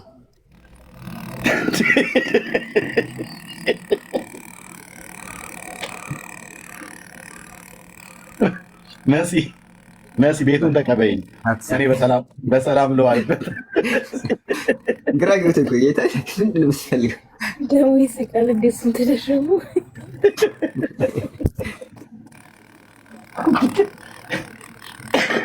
ኧረ ወይኔ ታቦቱ መጥቷል። አዎ መጥቷል። የት ነው ያለው? አክሱም። መቼ ነው የመጣው? ምንድን ነው ዓላማ ግን አልገባኝም። አንተ ንገረኝ ስልህ ለቃ አትነግረኝም። አንተ ነው የምትነግረኝ። አንተ እኮ ነው የምትነግረኝ። ዴቪ እያለህ መንገር ያለብህ አንተ ነህ። ቆይ ለምን እንደተማርኩ እና ተቆጥረህ? እኔ አላውቅም። እና በምን አውቀህ አክሱም አለ አልከኝ? ታዲያ በቃ ስለተነገረኝ ነው። ሲነግሩም ሙሉን ታሪክ አልነገሩም? አልነገሩኝም። ንገረኝ አንተ። አንተ ሙሉን ታሪክ አልጠየቅም? አልጠየቁም። ስለዚህ ታዲያ አሁን እንደ አንድ ኦርቶዶክሳዊ ገባህ፣ ታቦቱ ኢትዮጵያ ውስጥ ነው ያለው፣ አክሱም ነው ያለው አልከኝ። መቼ እንደገባ በማን ዘመን እንደገባ ንገረኝ ብዬ ስልህ አላውቅም አልክ። አሁን ታዲያ እንደ አንድ ኦርቶዶክሳዊ አንተ ስለ ታቦት ያለህ መረጃ ሙሉ መረጃ ነው ወይስ ምንም መረጃ የለህም? አንተ ስለ ታቦት ስላወቅህ ጻድቅ ትሆናለህ ማለት ነው?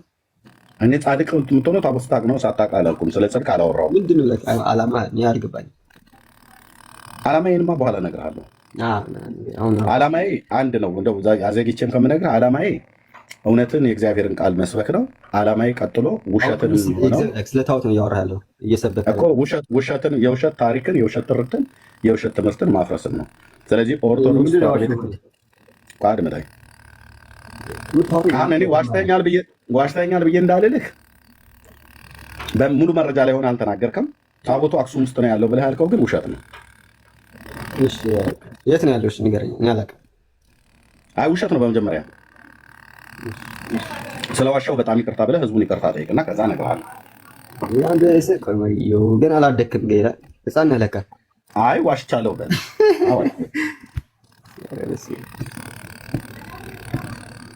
የማታውቀውን እኮ ታሪክ ነው የተናገርከው። ታዲያ ሰው የማያውቀውን ታሪክ ከተናገረ አልዋሻ ማለት ነው ወንድሜ ዳዊት። አሁን በአንተ መንፈስ ፌክ መንፈስ አለ።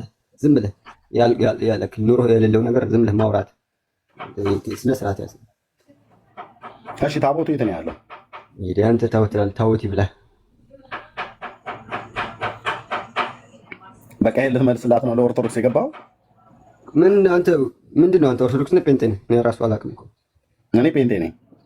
በቃ ወደ ጴንጤዎች ሄዳለህ። ምን ትሰራለህ እዚህ? የኦርቶዶክስ እንትን ለምንድን ነው ታቦት ሳይኖራችሁ ታቦት አለን ከኢየሩሳሌም ከእስራኤል አንተ አልጸደቅም። ኃጢአት እየሰራ ነው የሰው እንትን አድርገህ ምናምን እግዚአብሔር ኢየሱስ እንደዛ አይደለም ጸባዩ። ለምንድን ነው ወደ ባሰ ከንተ ተጠየቀው ጥያቄ መልስ የለህም? ምን ነው ወደ ባሰ ብራዘር? እንዴት ወደ ሰው? ይሄ እኮ የዘመናት እኮ ውሸት እኮ ነው እህትዬው እየፈረሰ ያለው።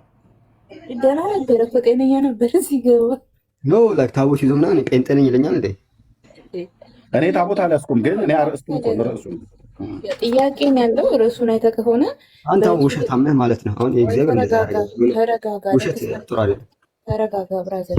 የዋሸኸው እኮ አንተ ነህ። አላውቅም አክሱም ጽዮን ነው ያለው ያልከው አንተ ነህ፣ እሱ አይደለም። እንደዚህ አንቺ የሞትሽ አትሁኚ፣ ዝም ብለሽ ለራስሽ አሁን ችግር ለራስሽ የለውም። አታውቂስ። አልሞትኩም ብራዘር፣ በህይወት አለው እያወራሁት ነው ያለሁት። የዋሸከው አንተ ነህ። ስለዚህ ይቅርታ በል፣ ህዝቡን ዋሽተሃል። ለኦርቶዶክስ መልሳለሁ ብለህ ገብተህ አንዴ እኔ አላውቅም አላማ ምንድን ነው ብለህ የቀባጠርከው አንተ ነህ። እንደ እንግሊዝኛ እንደሚችል ሰው አማርኛ እንደማይችል ቅድም እስቲ ስድቡን በእንግሊዝኛ አድርገው ብራዘር።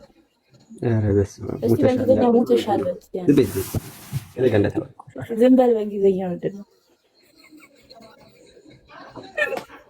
ተው እንግሊዝኛ ተው። እኔ ቤት አይደለም ትማማሩት። ኦርክ ነው ኦርክ ምናምን ነገር ያለው ማለት ነው። ወንድማችን ዳዊትዬ እንግዲህ በቅነት ስንነግርህ አክሱም አለ ብለህ የምትለው ታቦት ብለህ ያልከው አታውቀውም፣ ታሪኩን አታውቀውም። እንደነገርከን ለምንድን ነው ያላወቅኸው? ሲነግሩህ ቢያንስ መጠየቅ ነበረብህ።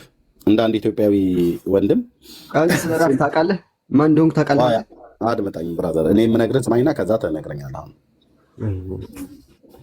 ለምን ወይኔ ትላለህ? እየነገርኩህ እኮ ነው። ሲነግሩህ አየህ፣ አንድን ታሪክ ሲነግሩህ ታበላሹታ። እኔ እኮ ትልቅ ሰው ነው። ምን ናችሁ እኮ ትልቅ ሰው ከሆንክ ታዲያ ሲነግሩ ታሪኩን ሙሉን ማወቅ ነበረብህ፣ መጠየቅ ነበረብህ። የምትቀባጥረው አንተ እንጂ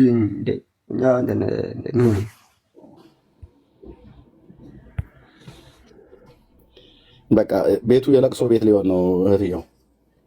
ስለዚህ ወንድማችን ዋሽቶም እንደገናም ደግሞ ምክርም ራሱ እንኳን ለመቀበል ፈቃደኛ አይደለም ማለት ነው። ስለዚህ ቢቀርበት ይሻላል። እሺ ሰለሞን፣ ሰላም ላንተ ይሁን። ሰለሞን እንዴት ነህ? ከየት ቤተ እምነት ነው ወንድማችን? እኔ ኦርቶዶክስ ነኝ። እንኳን ደህና መጣህ። ቴንኪው። ትምህርት በጣም ወደዋለሁ፣ እሰማሃለሁ፣ እከታተልሃለሁ። ቴንኪው ለማለት ነው። ቴንኪው። ይህን ታሪክ ታውቀዋለህ ወንድሜ ሶል? ኖ አላውቀውም። ልጁ ትንሽ ግራ ገብቶታል እና እኔም ለመስማት ነው እየሰማሁ ነው ማለት ነው። ኦኬ ቴንኪው ሚ። ኦኬ እሺ ወንድሜ። ኦኬ ታሴ ነው አሁን የገባኸው? ታሴ ካልመለስክ ብሎክ ነው የማደርግህ። ያ ዛሬ በብሎክ በጣም ብዙ ሰው ቀጣለሁ። በተለይ ገስት ልኮ ቅድም ተቀበልኩት። ማነው ገስት ላካ አወረድኩትኝ። እዚህ የምትመጡ ሰዎች ለተጠይቀው ጥያቄ መልስ የሚሰጥ ሰው ነው እንጂ ገብቶ ገስት ላይ ዝም ብሎ ለሚቀመጥ ሰው አይደለም። አስቀድሞ በእንግዶች በወገኖች ቦታው ይያዝና እንግዶች ሲገቡ ቦታ ይጣጣል። እና ቴንክ ዩ። እሺ ሳንካራ ነው ሳንክራ ነው ሶሪ ሳንካራ ቀለም ደግ ነው ያቦ ቀለም እየናፍቀኝ ነው የመጣሁት። ኦኬ ሄደ እናትህን ፀጉር ቀለም ቀባ ታዲያ። ኦኬ እንደዚህ ናቸው። እንደዚህ ቀልብህን እየገፈፍኩልህ በታሪክ ማለት ነው፣ በመረጃ እንደዚህ ፊት ለፊት ላይ አውጥቼ በቃ ኦርቶዶክሳውያን ማለት እንደዚህ ገለባ መሆናቸውን ዓለም ይወቅ። ሲጠሩ እውቀት የሌላቸው ሰዎች ናቸው የመጡት፣ እውቀት ያላቸው አይመጡም። እውቀት አለን ብለው የሚሉት ማለት ነው። ስለዚህ አሁን እንደዚህ አይነት ገለባ ትውልድ ማለት ነው። ምንም የለው፣ ፍሬ የላቸውም። ለሚያምኑት እምነት መሰረት የላቸውም። ቃል እግዚአብሔርን አልተማሩም፣ መማርም አይፈልጉም፣ ቤተክርስቲያንም አይሄዱም። ከሄደም ወይ ለመጠጣት ነው ወይ ደግሞ ብቻ በአመት አንድ ጊዜ የሚሆን በአመት ሁለት ጊዜ ማለት ነው። ጥያቄ ለተጠይቀው ጥያቄ መልስ ለመስጠት የሚመጣ የለም። ኦኬ እና አቶ ሰንካራ ሄደህ የእናትህን ሽበት ቀለም ቀባ። እዛ ገብተህ ቤት እሳቸው ሲያሳድጉ ያረጁበትን አርጅተዋል፣ ከሰውነት ጎዳና ወጥተዋል። አንተ እዚህ ገብተህ አይደለም መቀመጥ ያለብህ። ኦኬ እውቀት ያለው አለ። እነዚህ መጽሐፍቶች ላይ ሊመልስ የሚችል ሰው አለ? የታቦቱን አመጣጥ ሶስቱ መጽሐፍቶች ይተርካሉ። በሰለሞን ዘመነ መንግስት ታቦት ወደ ኢትዮጵያ መጣ ይላል ክብረ ነገስት። በፍሬምናጦስ ዘመን አቡነ ሰላማ ከአቡነ አትናቴዎስ ከግብፅ ተቀብሎት መጣ ይላል ወደ ኢትዮጵያ። አጼ ዘርዓ ያዕቆብ ከመካ መዲናው ሹም ከጋፊሄር ከመካ መዲና ከሳውዲ አረቢያ ተቀብሎት አመጣ ይላል። ታቦቱ በሰለሞን ዘመነ መንግስት ወይስ በአብርሃ ወአጽብሃ ዘመነ መንግስት? ወይስ በአፄ ዘርዓ ያዕቆብ ዘመነ መንግስት ነው የመጣው? ታቦቱ ከእስራኤል ወይስ ከግብፅ ወይስ ከሳውዲ አረቢያ ነው የመጣው?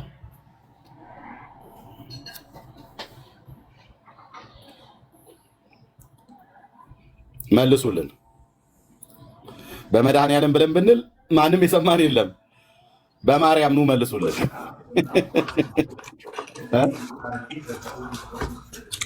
እሺ ከዴ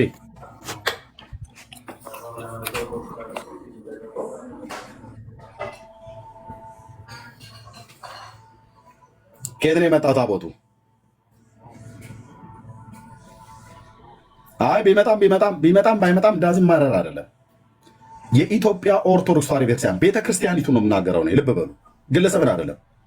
ቤተክርስቲያኒቱ እልም ያለች ቀጣፊ ውሸታም ናት። እንዴት ኤርሚያስ በሶስት መጽሐፍ ላይ ስለ አንድ ታቦት መጣ ብሎ ያለው ለህዝብ ሶስት አይነት ነገር ታወራለች፣ እርስ በርስ የማይገናኝ። ማን ያልኩትኝ? ግለሰብን አይደለም። በግለሰብ አይደለም የተጻፈው መጽሐፉ፣ በቤተክርስቲያን ነው። ማናት ታዲያ ውሸታም? የኢትዮጵያ ኦርቶዶክስ።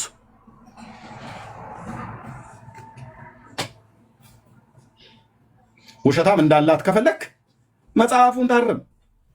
ውሸት የጋተች ትውልድ፣ ውሸቱን ጠጥተ የተቀመጥክ ትውልድ ማለት ነው። ያው ታሪካችሁ እንደዚህ ይናገራል። ኑ መልሱ። እነዚህ ሶስት መጽሐፍቶች የራሳችሁ ናቸው። በታቦቱ መምጣት ጉዳይ ያወራሉ። ይሄኛው ታሪክ የሚናገረውን ይሄኛው መጽሐፍ ድርሳነ ጽዮን እዚህ ያፈርስልሃል። ድርሳነ ጽዮን የሚባለው የክብረ ነገሥትን ድርሳነ ጽዮን ይቃወመዋል። የድርሳነ ጽዮንን ገድለ ላሊበላ ይቃወመዋል። የገድለ ላሊበላን ገድለ ተክለ ሃይማኖት ይቃወመዋል። የገድለ ተክለ ሃይማኖት የገድለ ላሊበላን፣ የድርሳነ ጽዮንን የክብረ ነገሥትን የገድለ አቡነ ሰላማ ከሳቴ ብርሃን ይቃወመዋል። የአቡነ ሰላማን ከሳቴ ብርሃንና የሌሎቹ ቅድም የጠራቸውን መጽሐፈ ጤፉት ይቃወመዋል። ስለዚህ ኦርቶዶክስን እርስ በርሳቸው መጽሐፍቶቻቸውን ማስማማት፣ ማስታረቅ፣ ታሪካቸው አልስማማ ብሎ ያለን ታሪክ ማስታረቅ የኔ ስራ ሆነልህ። አየህ፣ ኑ መልሱ። ኦርቶዶክስ መልስ አላት እያሉ ማስታወቂያ መናገር አይደለም፣ መመለስ ነው። ገብቶ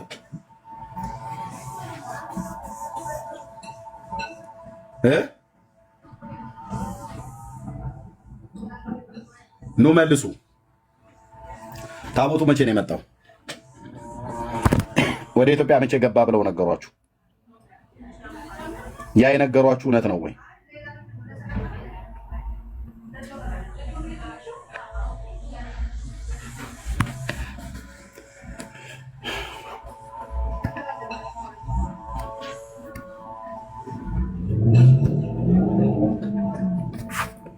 አትቆሙም ፊት ለፊታችን ብለን ስንል ዝም ብሎ በጉራ አይደለም። መቼ ነው የመጣው ታቦት ወደ ኢትዮጵያ? ከየት ነው የመጣው? ከእስራኤል፣ ከግብፅ፣ ከሳውዲ አረቢያ። ኦርቶዶክስ ታቦቱን ከግብፅ ማምጥቻለሁ ትላለች። ኦርቶዶክስ ታቦቱን ከእስራኤል ማምጥቻለሁ ትላለች። ኦርቶዶክስ ታቦቱን ከሳውዲ አረቢያ ማምጥቻለሁ ብላ ትላለች። አላህ አክበር ነው ማለት ያለብን። አንተ ኦርቶዶክሳዊ ወንድማችን አላህ አክበር ነው ማለት ያለብን። ከመካ መዲና መጥቶልሃል ታቦት። ማሻላ ነው ማለት ያለብን።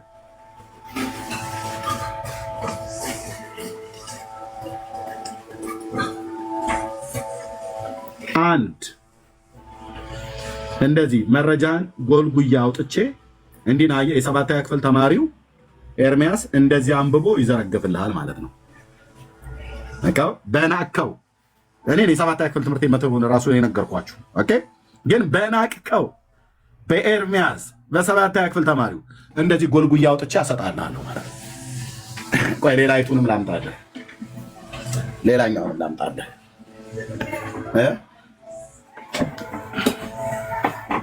ሌላኛውንም ላምጣልህ። ኑና መልሱ፣ ኑና መልሱ። ሌላኛው የሚዋሻው መጽሐፍ ይኸው ገድለ ተክለ ሃይማኖት በዚሁ ታሪክ ላይ ይዋሻል። ኦኬ፣ ገድለ ላሊበላ ላሊበላ ላሊበላ ገድለ ላሊበላ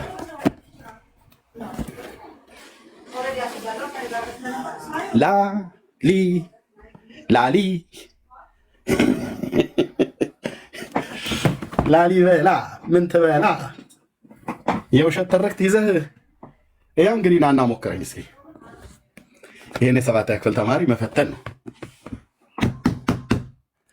ገድለ ተክለ ሃይማኖት፣ ድርሳነ ጽዮን፣ ገድለ ላሊበላ፣ መጽሐፈ ጤፉት፣ ገድለ አቡነ ሰላማ፣ ክብረ ነገሥት፣ ይህ ሁሉ መጽሐፍ እርስ በርስ ይጣላልሃል። መጽሐፍቶቹን ማስታረቅ ራሱ አንድ ስራ ነው። አንተን ከመጽሐፎች ደግሞ ማስታረቅ ሌላ ስራ ነው። እንዴት አይነት አማርኛ ነው!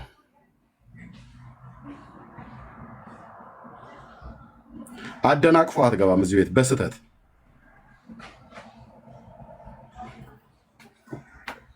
ታስጠብሱኝ እንዴ ነው መጥቶልሃል። ብሩክም ደግሞ እዛ እንደ ቴነስ ኳስ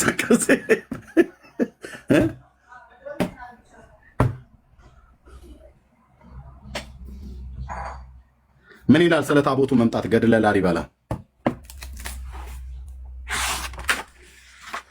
እንግዲህ የሰይጣን ምን ተበላ፣ እንግዲህ የሰይጣን ምን ተበላ፣ ሰው ሁሉ ሄደ ቅዱስ ላሊበላ እያልክ እንደ ማዘጥዘጥ አይደለም። ላሊበላ ሚሄድ የትም ሚሄድ ሰው ላሊበላ ስለሄደ ነው የሚበላው የሚያጣው። አንተን እኮ በልተዋል ኦልሬዲ። በውሸት ትርክ ተበልተሃል፣ ተውጣል።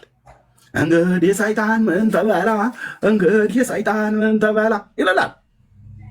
ሰው ሁሉ ሄደ ቅዱስ ላሊበላ። ምን ሄደ? ምን የምታመጣው ነገር አለ? ምን ያመጣሁት ነገር አለ?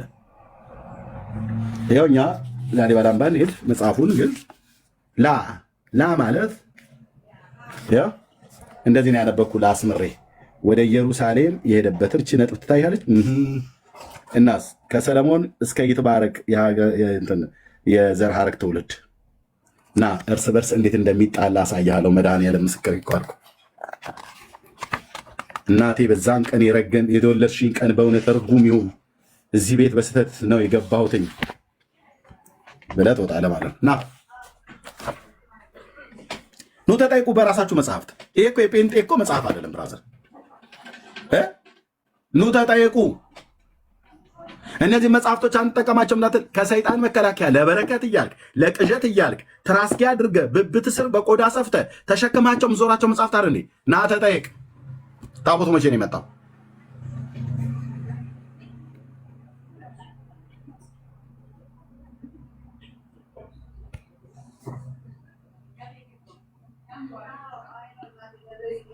አልሰማም። እንዴታች ያላችሁ ሰዎች አልሰማም።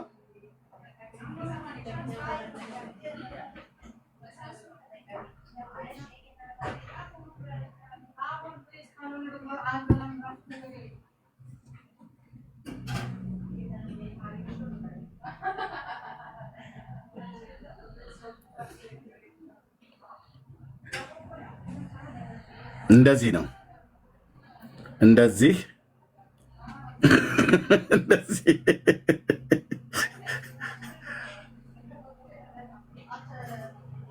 ኑ ጠይቁ። ታች ኮሜንት ላይ ስጽፉ እኮ ያለውን ገባ በሉ እንጂ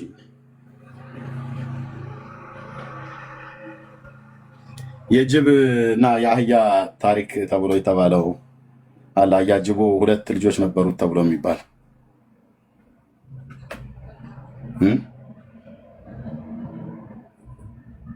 መዝሩጥና ማን ነበር የሚባሉት? የአንደኛው የጅቡ ልጅ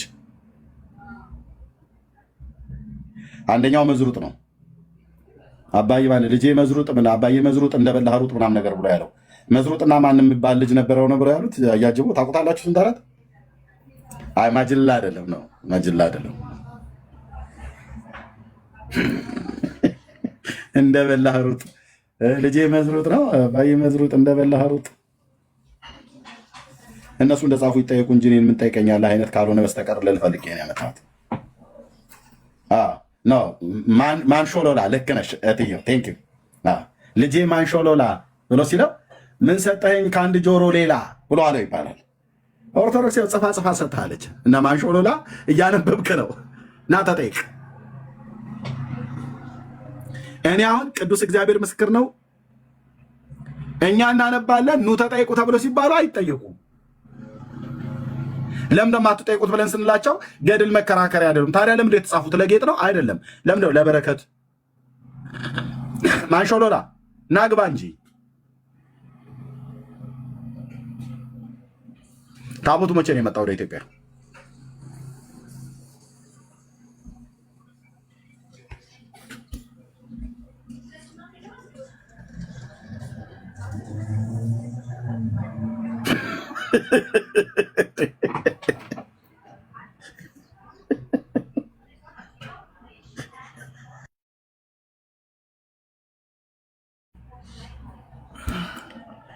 መዝሩጥ ናግባና መልስ። ስለነዚህ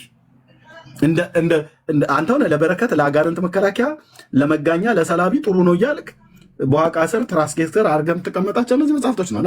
ና ተጠይቅ። መዝሩጥና መንሾሎላ እንድትገቡ ፈልጋለሁ።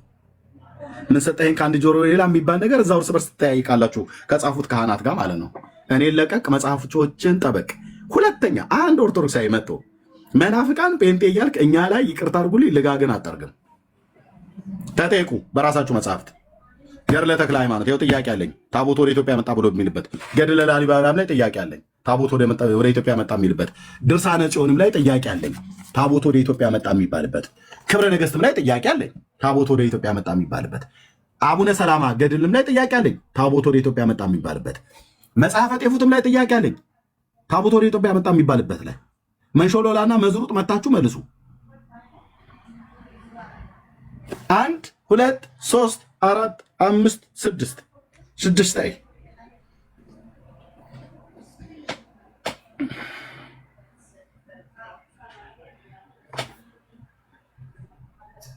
በቃ እንደዚህ ተዘጋግተን ነው የምንኖረው።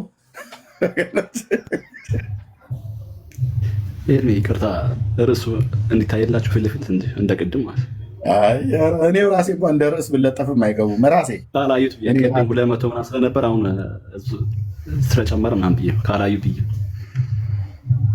ራሴም ራሱ እንደዚህ እንደ መጽሐፍቶቹ ግርግዳ ላይ ብለጠፍላቸውም አይገቡም። ምን ቦጣቸው ይገባሉ። እናቴ እኛ ነው እዛ ያብሽቆ ያድርቁ እንጂ። በስመ አብ ወወልድ ወመንፈስ ቅዱስ ብሎ ይልልሃል ያ ተንኮለኛ ሰውዬ። በዚህች ዕለት የእናታችን የእመቤታችን ታቦት ወደ ቅድስት አገር ወደ ኢትዮጵያ አስራት ወደ ሆነችው ምድር የመጣችበት ቀን ነው። እቺ ቀን በእውነት በሰማይቷ ኢየሩሳሌም ያሉ ቅዱሳን መላእክት ሁሉ ጭምር ሳይቀር የሚያከብሩባት፣ የሚደንሱባት፣ የሚጨፍሩባት ቀን ነች ብሎ ይልልሃል። እንደዚህ እየተባለ ስባል ነው እኔ ጥር ተደግፌ እዛ ዝም ቤልሽ እያልኩ ስሰማ የነበረ ተረት ነገርየው በኋላ ላይ ሳየው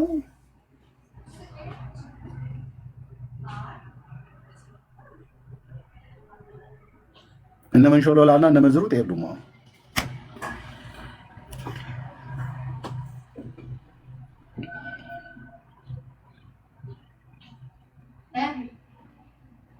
አቤት ወይት እሺ እሺ ብሩኬ መጣል። ለብሩኬ ልስታ። ብሩኬ ሰላም ነው? የሆነ ሰሞኑ ጠፍተህብኝ ልደውል ስል ነው ብቅ ያልከው። በእርግጥ እደውልልህ ነበር ዛሬ። እንዴት ነህ? እንዴት ነህ? ተናፍቀሃል። መልካም። እኔም እያሰብኩ ነበረ። አይ እኔማ ተውከኝ በቃ። አይ እኔንማ ተውከኝ በቃ ማለት ይቻላል ባጭሩ።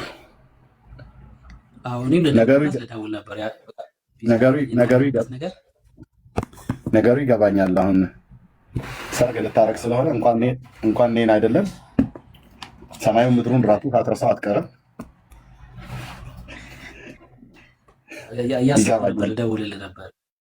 ይገባኛል ብሩክዬ፣ እንደዋወላለን። ማታ እደውላለሁ፣ እናወራለን። አይሾንብነት ተባረክ ብሩክ። ተፍ እንበል እንጂ ጥራን። ታዲያ ምነው ለብቻህን ተደብቀህ ነው ሰርግ የምታደርገው? እንዳጠራ ዲያቆን የሚባል ነገር ሰርግ እንዳጠራ ዲያቆን የሚባል ሰርግ እንዳጠራ። እኛም እኔና ኤርሚያስ ያው እንግዲህ ተፍተፍ እንላለን፣ ችግር የለም፣ ያው ልምድ አለ። ያውም ከካናዳ ድረስ ዲያቆን ስጠራታው ብሩኬ ዝም በል እሱን ተወው። ቀጥሉ። ኤርሚም ጠፍተሃል። እንግዲህ ሰላም እያለሁላችሁ። ሰላም በል ዲያቆን፣ እንኳን ደህና መጣህ። አለን። እንዴት ነው? ኤርሚም ጠፍተሃል ረጅም ጊዜ። ብሩክም እንዳልከው አላየሁት ረጅም ጊዜ ነው። ጥሩ ነው ያዝከው ኤርሚ። ይህንን ያቀረብከው በጣም አሪፍ ነው። ኦርቶዶክሶቹ የሚመጡ አይመስለኝም ይህንን ነገር። ለምን? ታሪኩ የውሸት ስለሆነ በውሸት ትርክት ነው ይህንን ያስቀመጡት። ታቦቱ ወይም ደግሞ ጽላቱ አክሱም አለ ነው የሚባለው። እኔ እንግዲህ ያደግኩት እዛ ነው፣ የተማርኩት እዛ ነው፣ ዲቁናም የተቀበርኩት እዛ ነው። ስለዚህ አክሱም ውስጥ ምንድን ነው የሚያደርጉ መሰለ? ማንም ሰው አይጠጋም እዛ አካባቢ። ጽላቱ ያለበት የምትባለው ትንሿ ለብቻዋ የኃይለ ሥላሴ ያሰሩት ቤተክርስቲያን ማርያም ትልቁ አለ። የጽላቱ የሚባለው ደግሞ ትንሽ እዛ ጥግ ላይ ትንሽ ራቅ ብላ እዛ ውስጥ ግብ ሆኖ እዛ ነው ያለው ብሎ ነው እንትን የሚያደርጉት። እና አንድ ሰው ብቻ ነው የሚጠብቃት የሚሉት። እድሜው ልክ ያን ሰው ይጠብቃታል። ሲሞት ሌላ ሰው ይተካል እና ሌላ ሰው አያየውም፣ የተቀደሰ ነው ብለው ነው እንትን የሚያደርጉት። እና ብዙ አሁን የአክሱም እዛ ያሉትን የተማሩ ሰዎች መውጣት አለበት ማየት አለብን የሚሉ ሰዎች አሉ። ምክንያቱ አይተው እንዲያምኑት ይፈልጋሉ፣ ግን የለም እንዲወጣ አይፈልጉም። የማይወጣበት ምክንያት ደግሞ እዛ ውስጥ ስለሌለ ነው። ያው ሌላ እንጨት ምናምን ጣውላ ምናምን ጠርበው እዛ አስቀምጠው ነው እንደዛ የሚያደርጉት እንጂ በታሪኩም ካየኸው በመጽሐፍ ቅዱስ መሰረት ካየኸው ሰሎሞን በነበረበት ጊዜ ያው ሄዶ አሁን እንዳልኩ ቅድም ትጽፍልህ ነበር በ23 አንዳንድ ምሁራን ምን ይላሉ? በ23 ዓመቱ ነው ምኒልክ ሄደው ይላሉ። እንዳልከው ደግሞ መጽሐፉ የሚለው ደግሞ እዛ ላይ ያለው ምንድን ነው የሚለው? በ22 ዓመቱና ወይም ደግሞ በ20 ዓመቱ እንደሄደ። አሁን ሌላ ደግሞ በ25 አሁን ያልከው ደግሞ ይህን አሁን የሰማሁት መጽሐፉ ላይ ስታነበው የነበረ ኤርሚ። እና ይህን ነገር እርስ በርሱ የተምታታ ነገር ነው ያለው። ሄዶ ሲመጣ ደግሞ እና አዛሪያስ የተባሉ ሰዎችን እና ሌሎች ደግሞ ካህናት ከኢየሩሳሌም ይዞ እንደመጣ ምናምን ነው የሚናገረው መጽሐፍ። እዛ ታሪክ እንዳስቀመጡት ሲያመጡት ትክክለኛው ጽላቱን ይዘው ሲመጡ ሌላው ተመሳሳይ ነው እዛ አስቀምጠው ሰርቀው ነው ይዘው የመጡት ነው የሚለው።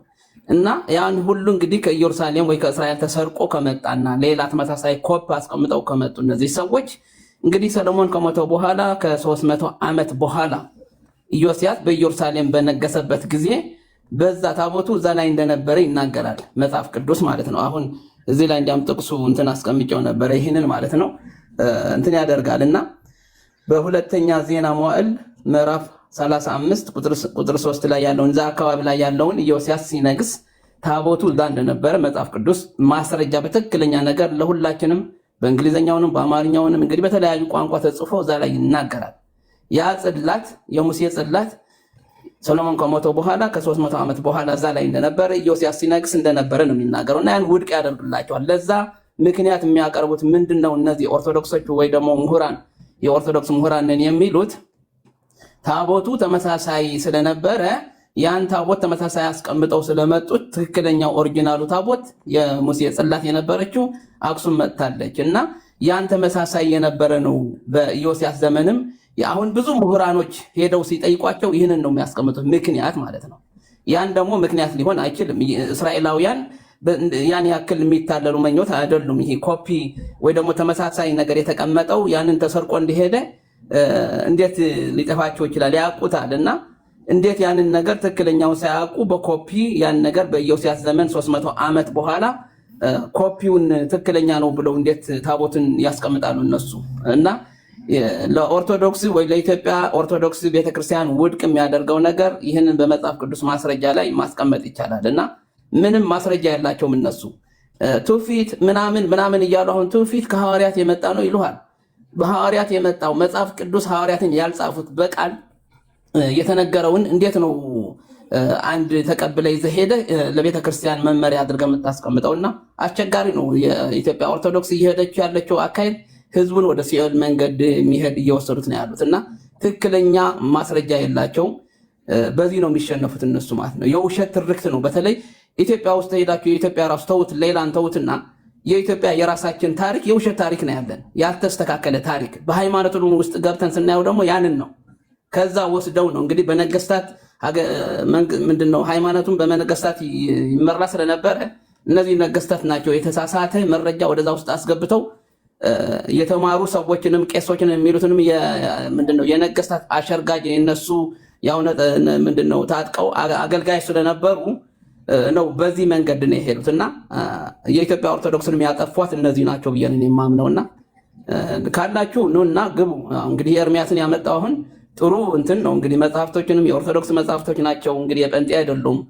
ጴንጤ እንደዚህ አይነት ገድል የለውም። እንግዲህ እኛ የምንከተለው መጽሐፍ ቅዱስ ብቻና ብቻ ነው። ስለዚህ የእናንተን መጽሐፍቶች እርስ በርሳቸውን የሚጋጩ ስለሆኑ እውነት ካላችሁ ኑና ተከራከሩ ለማለት ነው። አመሰግናለሁ ኤርሚ፣ በጣም ጥሩ አካሄድ ነው።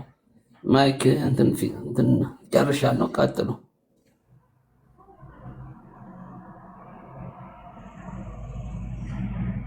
እሺ ተባረክ ዲያቆን ብራ ቀጥል።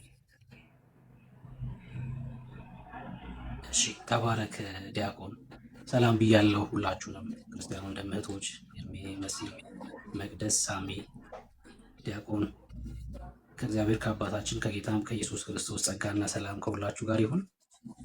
ስላገኘኋችሁ እግዚአብሔር እድሜን ስለጨመረልን የእሱን ክብር እንድናወራ ዕድል ስለሰጠን ጌታን ስለዚህ አመሰግናለሁ። ርዕስ ይባላል ታቦት ወደ ኢትዮጵያ መቼ መጣ የሚለው ርዕስ ቆንጆ ርዕስ ነው። ሶሪ መሲያ አንዴሽ። እሺ ወንድምነት ኤርሚዬ ሚውስ ሳታረግ ነው የሄድከው? እሺ ኦርቶዶክሳውያን ካላችሁ ግቡ። ሰንዬ እህትነት እንኳን ደህና መጣሽ። ዩዘር የምትገባ ከሆነ ግባና በገስት ገብተህ ማውራት ትችላለህ። ለዚያ ግን እጅህን አስራለሁ ምን ታደርጋለሁ። ኮሜንት መጻፍ ትርጉም የለውም። መልስ ካለ ገብተህ መነጋገር ይቻላል። ቤቱ ክፍት ነው። ታች ያላችሁ ኦርቶዶክሳውያን በዚህ ርዕስ ላይ ገብታችሁ መወያየት የምትፈልጉ መግባት ይቻላል። ቤቱ ክፍት ነው። ዲያቆን የምትለው ነገር ካለ መቀጠል የምችል ከሆነ ይቻላል። ተጨማሪ ሀሳብ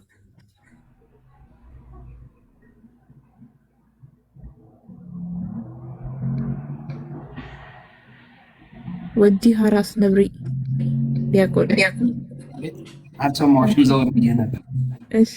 እሺ ሰንዬ ቀጥይ። ጸጋና ሰላም ይብዛላችሁ ወገኖች፣ እንዴት ናችሁ? ሁሉ ሰላም ብለናል። ሰላም ወንጌላዊ ብሩኬ፣ ወዲ ሀራስ፣ ሳሚ፣ መስዬ፣ እንትያዋ መቅዲ፣ ታች ያላችሁ ቅዱሳን የጌታ ጸጋና ሰላም ይብዛላችሁ። ያው ወሳኝ ርዕስ ነው እንግዲህ ለዘመናት የምንፈልገው መልስ ነው፣ የምንጠብቀው መልስ ነው። የምትችሉ ገብታችሁ እንግዲህ ለሁሉም ቤተ እምነቶች በጣም መልስ ይሆናል ብያለሁ። ስፔሻሊ ለአይሁዳውያንም መልስ ነው፣ ደግሞም ለኦርቶዶክሳውያን።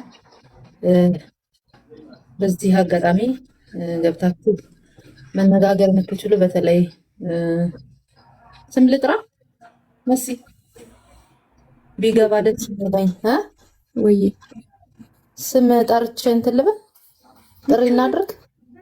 አዎ ቀሲስ በእውነት ቀሲስ ዲበኩሉ በዚህ አጋጣሚ ይህን አጋጣሚ ተጠቅመው መልስ ቢሰጡን ለትውልዱ መልስ ይሆናል። በጣም በዘመናችን የምንጠብቀው ስንት ቀሲስ እያለ ዲበኩሉ ትያለሽ? አይ ያው እዚህ ላይ የሚገኝ እሱ ስለሆነ ብዬ ነው። እሱም ደግሞ ብዙ ጊዜ እገባለሁ ስለሚል ለዛ ነው። በዚህ አጋጣሚ በእውነት ለአንድ ቀን ቅዳሴም ሳፖርት ማድረግ እንችላለን እንግዲህ ምክንያቱም ትውልዱ እንዲድን ትውልዱ እንዲያውቅ ስለሆነ ማድረግ ያለብንን ሁላችንም መረባረብ አለብን ብዬ ነው ማስበው። ጂሰስ ኢዝ ሎርድ አትሳቂ። እውነቴን ነው። እኔ በዘመናት የምንጠብቀው ነገር ነውና መጥተው መልስ ቢሰጡን መልስ ይስጡን። ከልጅነታችን ጀምሮ ያልተመለሰልን መልስ ነው። እኔ እንግዲህ በጣም እድሜ ትንሽ ሂዷል። ራሴን ካወቅኩ ጀምሬ ስለ ታቦት በቃ ማወቅ በፈልገው ነገር አለና በእውነት ታሪክም ተወቃሾች እንዳትሆኑ። ይህ ትውልድ ደግሞ እንዲሁ ሳይገባው እንዲሁ ሳያውቅ ወደዛኛው ዓለም መሄዱ መልካም አይደለምና ቀሲስ በዚህ በኩል መልስ እንዲሰጡ እንፈልጋለን። ሌላውን ርዕስ ትታችሁ ዋናው ይሄ ነው። ትውልዱ የታሰረበት ትውልዱ ወደ ክርስቶስ ዘወር እንዳይል እዚህ ላይ በቃ የቆመበት ነገር አለና በዚህ መልስ ብትሰጡ ላለው ተባረኩ። ቅዱሳን ትንሽ ከፍ እናድርገው ኮፒ ሊንኩ። ይህ ቤት በጣም ትናንትና ሌሊት በጣም ተመትቶ ነበርና እየገረመ ነበረ። በጣም ያሳዝናል። እንተባበር ማለት ለወንጌል ራሳችን እንስጥ፣ ራሳችን እናገልግል ማለት እዚህ ከተቀመጥን አይቀር እናገልግል። እውነቴን ኮሜንቱ ምንም አይጠቅመንም። ይቅርታ እኔ ቅድም ራሱ ሸር አላደረኩም ስቶሪ ላይ፣ ለምን ስራ ቦታ ስለነበርኩ በጣም እየተጣደፍን ነበር። ዛሬ ትንሽ ከባድ ቀን ነው እስራኤል ሀገር፣ ግን ጌታ መልካም ነው። እግዚአብሔር ከኛ ጋር ነው። እግዚአብሔር ታላቅ አምላክ ነው እና በዚህ ደግሞ ባለችን ጊዜ እናገልግል። በእውነት እላቸዋለሁ ይህን ጊዜ አታገኙም። ትውልዱ እውነትን እንዲያውቅ ይህ ፕላትፎርም ተዘርግቶልናል። ቲክቶክ እውነትን እንድናውቅ ላላወቁት ደግሞ እንድናሳውቅ በጣም ትልቅ እድል ነው። ለወደፊቱ የማይኖርበት ዘመን አለ። እውነት እላቸዋለሁ። ስንቶቻችን ነው በዚህ ፕላትፎርም ተጠቅመን ወደ ጌታ የመጣና ያረፍን በክርስቶስ እና ማገልገል የማትችሉበት ጊዜ ይመጣል። ሸር እናድርግና እናገልግል እላቸዋለሁ በጌታ ፍቅር። በተለይ ቤቱም ደግሞ ሳፖርት ማድረግ የምትችሉ ሳፖርት አድርጉ፣ ጊፍት ስጡ፣ ሜምበር ሁኑ። በተለይ ሜምበር መሆን በጣም ይጠቅማልና ትንሽ ከፍ እናድርገው። ተባረኩልኝ። ከኔ ጋር በቃ እናገልግል። ትጌ ሰላም ብያለሁ። አክሊል ሻሎም ወንድምነት ጸጋ ይብዛለ። ተባረኩ ቅዱሳን። ለቤቱ ብቻ መስጠት የምትችሉ ቤቱን ብቻ በቃ ትንሽ ቫይራል ይውጣ። ትናንትና በጣም ተመትቶ ነበር ነው። ተባረኩልኝ። አሁን ደግሞ ትልቅ ወሳኝ ርዕስ ስለሆነ ትንሽ ከፍ እናድርገው። እስኪ ከኔ ጋር ሆነን እስኪ ቴንኬ እናስገባው። ተባረኩ፣ ጸጋ ይብዛላችሁ። ተባረኩ። ጸገነት ተባረኪ። አክሊል ተባረክ፣ ጸጋ ይብዛለ። በቃ ሸር እናድርግ። በተለይ ሸር እና ኮፒ ሊንክ እናድርግ። ቴንኬ እናስገባው። ራሳችን አስበን ነው ማድረግ ያለብን። በእውነት እላቸዋለሁ። ሁላችንም ያው ይገባናል ቲክቶክ ምን እንደሚፈልግ ሳንነገር ማድረግ አለብን። ተባረኩ። ሻሎም ወንድምነት እንዴት ነህ? መልስ የሌለው ጥያቄ እንግዲህ ጥራቸው፣ ዘመዶችን ሸር አድርግላቸው። ተባረክ። ሸር እናድርግ። የሸዋ ተባረኪ። ሴት መሰልሽ መልሰሳት ጽዮንዬ ተባረኪ። ሸር የምታደርጉት አሁን እጠራለሁ። በቃ ቴንኪ ያስገብተን ለመሲን ሰጣትና ብሩኬ አይ ቲንክ ብሩኬ ይቀጥላል። ተባረኩ። ጸጋ ይብዛላችሁ። 6K ልንደርስ ነው። ናይስ። አንቺ መቅድዬ ተባረኪ። ሸር እያደረግሽ ነው። ጸጋ ይብዛላችሁ። አዎ ሴት ነሻ አስታውሳለሁ። ከአንቺ ቤት ገብቼ ነበር አንዴ። ስለ እስራኤልም ጸለየሽልኛል። ጌታ ዘመንሽን ይባርክ። ጽዮንዬ ተባረኪ። ዩኒየን ተባረክ። ወዲ ሀራስ ሸር እያደረክ ነው። አስቱ እህትነት ጸጋ ይብዛልሽ። 6 አልፈናል እና በቃ አንድ አፍታው ቴን አድርሰውና እንስጣቸው ያገልግሉ ፕሊስ። አሁን እኛ ጋር ሌሊት ነው እንግዲህ ትንሽ እንቆያለን። ተባረኩ። ጸጋ ይብዛላችሁ። ተወደዳችሁ እናንተ የአባቴ ብሩካን። በቃ አታሳፍሩኝም እንግዲህ ቴንኪ። የታለ ወንድምነት? ተኝቷል መሰል ስራ ስለነበር ተኝቶ ይሆናል። እሱ ነው ድምፁ። እሱን ፈርታችሁ በጣም ወዲያው ነው ቴንኪ የምታደርሱትና ተባረኩ። እንግዲህ እናገልግል። ተባረኩ። ጸጋ ይብዛላችሁ።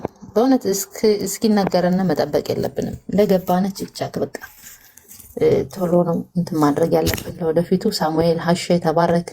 ጸጋ ይብዛለ። መቅድዬ ተባረኪ። ሸር እያረግሽ ነው። ሳራ ተባረኪ። ሰበን ልንገባ ነው። የስ ሳሪቾ ተባረኪ። ተባረኪ። በጣም ተከታታይ ስም ነው ማይ። የታላችሁ ሌሎቻችሁ አትታዩኝም አይደል ነው። ሚራክል ተባረክ። ሰሊና የስ ተስፋዬ። አሁን አዳዲስ ስም እየመጣ ነው።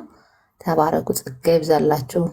ሰበን ልንገባ ነው። አለምዬ እንኳን ደህና መጣሽ እህትነት የተወደድሽ። ተባረኪ። ሚራክል ተባረክ። በአረብኛ የምትጽፍ እኛ አይገባንም። ሶሪ አረብኛ አንችልም። ሚውት አድርገንሃል። ተስፋዬ ተባረክ። ሰበን ገባን። አስቱካ ተባረኪ። 777 ገባን። ቴንኪ። ቶሎ እናስገባውና እንስጠው ለብሩኬሽ። በጣም ይሄድበታል እሱ። በጣም እግዚአብሔር የባረከው በእውነት አእምሯቸው የተባረኩ ወንድሞች አሉ። በዚህ ደስ ይለናል። ክብር ለኢየሱስ ይሁን። ሻሎም ሻሎም ቤባ ሻሎም። አገልግል ያላ ሸር አድርግ። ኢየሱስ ያድናል። አስቱ እየተባረኪ ፍሬ እየተባረኪ ናይስ። ሰበን አስገብተነዋል። ቴን እናስገባውና እንስታውሽ ትንሽ በዚህ ዙሪያ በደንብ ይነግረናል። እንግዲህ ታሪካዊ ዳራውን ሁሉ ያወራናል። ብሩኬ ተባረኪ። ቪ አዲስ ተባረክ ተባረኪ። ዩኒየን ተባረክ። ናይስ። ስጡ ስጡ። ለቤቱ ደግሞ ሰፖርት አድርጉ። ቤቱን ሳፖርት አድርጉ። ቤቱን በጣም በጣም የሚያገለግሉትን ወንድሞችን በተለይ ሳሙኤል ወዳጅ ተባረክ። ምን ጎደላችሁ? ኢንተርኔት ምናምን ጠይቋቸው። ይህ ነው አገልግሎት። ገባችሁ? በጎደላቸው በወንድሞች በእህቶች መገኘት። ተባረኩ። በእውነት ደግሞ የምትጽፉልኝ እግዚአብሔር ይባርካችሁ። የዚህ ቤት ልጆች፣ ህዳኔ ቤት የምትመጡ ልጆች እንዴት የተባረካችሁ ናችሁ! በጣም ሰው ወዳዶች። እግዚአብሔር ይባርካችሁ። ጸጋ ይብዛላችሁ። አስናቀ ተባረክ። ወንድምነት ጸጋ ይብዛልህ። የኢየሱስ ልጅ ናይስ። አሁን 8K ልናስገባው ነው። ናይስ። ተባረኩ ተባረኩ። ቤባ ተባረክ። ሸር አድርግ ለሁሉም። ኢየሱስ ጌታ ነው፣ ቃልም ህይወት ነው። ተባረኩ። ሳይ ክብር ሁሉ ለኢየሱስ ይሁን። የኢየሱስ ልጅ የኢየሱስ ልጅ ዛሬ የሆነ ቤት የከሊት ልጅ እየተባለ ነበርና እየሳኩ ነበር። እኛ የኢየሱስ ልጅ ነን። አባታችን አንድ እግዚአብሔር ነውና ሰው ወላጁን ሲያውቅ መልካም ነው። ሰው ወላጁን ሲያውቅ እናትና አባቱን ሲያውቅ በጣም ትልቅ ነገር ነውና አንዳንዴ ደግሞ በክርስቶስ ኢየሱስ የእግዚአብሔር ልጅ እንደሆነ ደግሞ የማያውቁ ሰዎች በጣም ትንሽ ያሳፍራሉ። በጣም በጣም ብዙ ነገር እያየን ነውና በጣም የሚያሳፍር ድርጊት እያየን ነው። የሚያሳፍር ስራዎች እያየን ነው። የእግዚአብሔር ልጆች የተባልን ወደ ገዛ ወገኖቹ መጣ፣ የገዛ ወገኖቹ አልተቀበሉትም። ለተቀበሉት ግን በስሙ ሁሉ ለሚያምኑት የእግዚአብሔር ልጅ የሆኑ ዘንድ ስልጣንን ሰጣቸው። ስልጣን የተሰጠን እኛ በክርስቶስ በማመናችን ብቻና ብቻ ነው እንጂ አንታወቅም ነበር። እንታወቅም ጣዖት አምላኪዎች ነበርን። ብዙ አይነት የህይወት ስርዓት ነበረን። ነገር ግን እግዚአብሔር ከምሕረቱ የተነሳ ታላቅ አምላክ ምሕረት አደረገልን በክርስቶስ በደሙ በመስቀሉ ስራ። ክብር ሁሉ ለኢየሱስ ይሁን። ይህንን ደግሞ እንናገራለን። ማናፍርበት እውነት ነው። እስከ ሞት ድረስ የምንናገረው እውነት ይህ ነው። ተባረኩ። የእግዚአብሔር ልጆች ተብለን ስንጠራ ማናፍርበት እውነት ይህ ነውና የከሌ ልጅ የእንትና ልጅ በተለይ ብቻ እስኪ ዝም እንበል። በእውነት ያሳፍራል። በጣም የምናየው ነገር የምናየው ድርጊት ያሳፍራል። እግዚአብሔር ብቻ ነው አንድ አባት አባ ብለን የምንጠራበትን የልጅነትን ስልጣን የሰጠን መንፈሱን የሰጠን። ክብር ሁሉ ለኢየሱስ ይሁን። ልጆች አደረገን። በእውነት ወራሾች ሆን፣ የእግዚአብሔር መንግስት ወራሾች በክርስቶስ ሆን። ተባረኩ። ጸጋ ይብዛላችሁ። 8K ደርሰናል። ናይስ። ያ በእርሱ የሚያምን የዘላለም ህይወት እንዲኖረው እንጂ እንዳይጠፋ እግዚአብሔር አንድያ ልጁን እስኪሰጥ ድረስ ዓለሙን እንዲወዷልና። የስ ክብር ሁሉ ለኢየሱስ ይሁን። የተወደድን ልጆች ነን። በጣም በዚህ ደስ ይበለን። በእውነት ደስ ይበላችሁ። በእግዚአብሔር ተወዳችኋል። ሰው እንኳን ሲወደን እንዴት ደስ እንደሚለን አስባችሁታል? እግዚአብሔር ወደደን። ከታላቅ ፍቅሩ የተነሳ ደግሞ አንድያ ልጁን ሰጠን። ትልቅ ስጦታ። በእውነት በጌታ ደስ ይበላችሁ፣ ደስ ይበላችሁ። ደግሜ እላለሁ ደስ ይበላችሁ። ደጋግመን ነው በዚህ ጌታ ደስ የምንሰኝ። ክብር ሁሉ ለኢየሱስ ይሁን። 8K ቆመናል። ምን ነው ከፍ እናድርገው። 10K እናስገባና እንስታው። ብሩኬ እየጠበቀን ነው። በጣም መሽቶበታል እሱ ጋር። ቤባ ተባረክ። አስቱካ ተባረኪ። አንዴ እንስታውና በደንብ በእውነት በተለይ አመታቶቹን በጣም ግራ ያጋባሉና የመጣበት አመት እስራኤል ሀገር የነበረበት ታቦቱ የነበረበት አመታቱን በደንብ ያስረዳናል ብሩኬ። በእውነት በጣም ነው ደስ የሚለኝ በተለይ ሲያስተምረን። እግዚአብሔር ይባረክ። በእውነት ብሉይ ኪዳንን በደንብ እንደዚህ አብጠርጥረው የሚያውቁ ወንድሞች ስላሉን እግዚአብሔርን እጅግ አድርገን እናመሰግናለን። መጽሐፍት ሁሉ ስለ እኔ ነው የሚያወሩ አለ። ስለ ክርስቶስ ይናገራሉ። ከዘፍጥረት አንስቶ እስከ ራዕይ ድረስ ስለ ክርስቶስ ነውና ይህንን ደግሞ እያስተማሩን ስላለ ወንድሞች እግዚአብሔርን እጅግ አድርገን እናመሰግናለን። እንጠቀምባቸው፣ በእውነት እንጠቀምባቸው። ተባረኩ። ህይወትዬ ተባረኪ። እንኳን ደህና መጣሽ። አዳዲስ ስሞች እያየው ነው። ተባረኩ፣ ተባረኩ፣ ተባረኩ፣ ተባረኩ። ጸጋ ይብዛላችሁ። ቴንኪ እናስገባውና ልስጠው ለሳምዬ። ተባረክ። ለብሩኬሽን ያ ክብር ለኢየሱስ ይሁን። ክብር ሁሉ ለኢየሱስ ይሁን። ቴንኪ ያስገብተን እንስጠው። እኔ ብዙ ማውራት አልችልም፣ ግን እስኪ ዛሬ በቃ አታሳፍሩኝም። ቴንኪ ያስገብተን እዛ በኋላ በየመሀል ደግሞ እየተጻጻፍን ኮሜንት እየተጻጻፍን ሻሎም እየተባባልን ሸር እናደርጋለን። ተባረኩ። ጸጋ ይብዛላችሁ። እኔም አውቶ ክሊከር ከፍቻለሁ፣ በሁለት ስልክ ከፍታለሁ። በቃ ቤቱ በቃ በደንብ ይታያል ማለት ነው። ሳሙኤል ተባረክ። ጸጋ ይብዛልህ። ናይንኬ ልንገባ ነው። ተባረኩ፣ ተባረኩ፣ ተባረኩ። ሸሩን አታቁሙ። ሸር ሸር ሸር፣ ኮፒ ሊንክ ሸር እናድርግ። ተባረኩ። ጸጋ ይብዛላችሁ። ክብር ሁሉ ለኢየሱስ ይሁን። እግዚአብሔርን እጅግ አድርገን እናመሰግናለን። ቢአዲስ ተባረክ። ሴት ነሽ? ሌላ ቤትም አቅሻለሁ። መሃሩ ተባረክ። ጸጋ ይብዛልህ። ቤባ ተባረክ። በጣም ሸር እያደረክ ነው። አክሊል ተባረክ። ጸጋ ይብዛልህ። ለእኔ አይደለም ለቤቱ የቲክታክ ምልክት ስጥ። ኦኬ ተባረክ ወንድምነት። ደግሞ እንትን መሆን የምትችሉ ሳብስክራይብ አድርጉ። አሁን አንድ ሰው ሳብስክራይብ አድርጓል መሰል። እግዚአብሔር ይባርክህ። ይቅርታ አላየሁህም። ተባረኩ። በተለይ ሳብስክራይብ ይጠቅማል ለቤቱ። በጣም በጣም በጣም በጣም ሳብስክራይብ አድርጉ። እናገልግል እንግዲህ በተሰጠን እድሜ እኛም ሰው ተብለን ተቆጥረን በኢየሱስ ስም። ሰዎች እኮ የወደቅን ነበርን፣ የተጣልን ነበርን። እግዚአብሔር ግን ከምህረቱ የተነሳ እሱ በምህረቱ ማረን፣ ምህረት አደረገልን። እግዚአብሔርን እጅግ አድርጌ አመሰግናለሁ። በእናንተ መካከል ስላለው እግዚአብሔርን እጅግ አድርጌ ነው ማመሰግን። መታደል ነው ማለት መመረጥ ነው። በክርስቶስ መሆን፣ በተለይ ደግሞ በወንድሞችና በእህቶች መካከል መሆን መታደል ነው እና እግዚአብሔርን እጅግ አድርጌ ነው ማመሰግን። እለት እለት በመዳኔ በቃ ማይቀልብኝ ነገር በዘመኔ ምን እንደሆነ ታውቃላችሁ። መዳኔ አይቀልብኝም። በቃ ማልደራደርበት እውነት ምንም ይሁን ምንም ማልደራደርበት እውነት በክርስቶስ ኢየሱስ አምኜ መዳኔን አልደራደርበትም እና ሁላችሁም እንደዚህ ሁኑ። በእውነት ማንደራደርበት እውነት ኢየሱስ ክርስቶስ ነው። ማንደራደርበት ብዙ ነገር በህይወታችን አሳልፈን ሊሆን ይችላል። ብዙ ነገር ሆኖ ሊሆን ይችላል። ግን የእግዚአብሔር ምሕረት አይቀልብንም። የመስቀሉ ስራ አይቀልብንም። እግዚአብሔርን እጅግ አድርጌ ነው ማመሰግነው። በመዳኔ ደስ ይለኛል። በቃ ክብር ሁሉ ለኢየሱስ ይሁን። ቴንኬ እናስገባው። በቃ ቴንኬ ልንገባ ትንሽ ነው የቀረነ። አስቱካ ሸር እናድርግና እንስጣቸው። ብሩክ ያለ አይደል?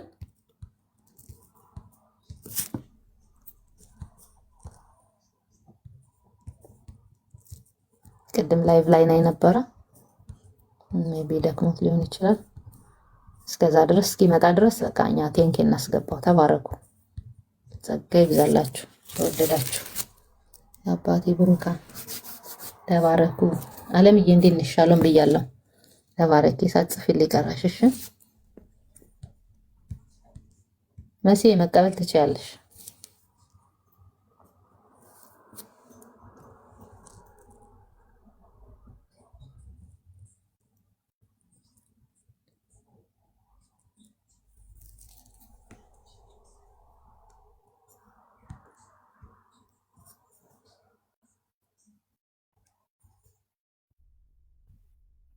ብሩክ ያለ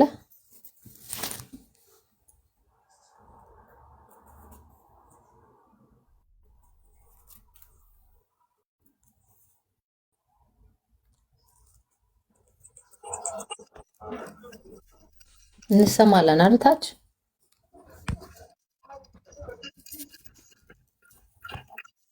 ምነው ተነጠቃችሁላችሁ? ይሰማል ይሰማል። አንድ እሺ ተባረኩ።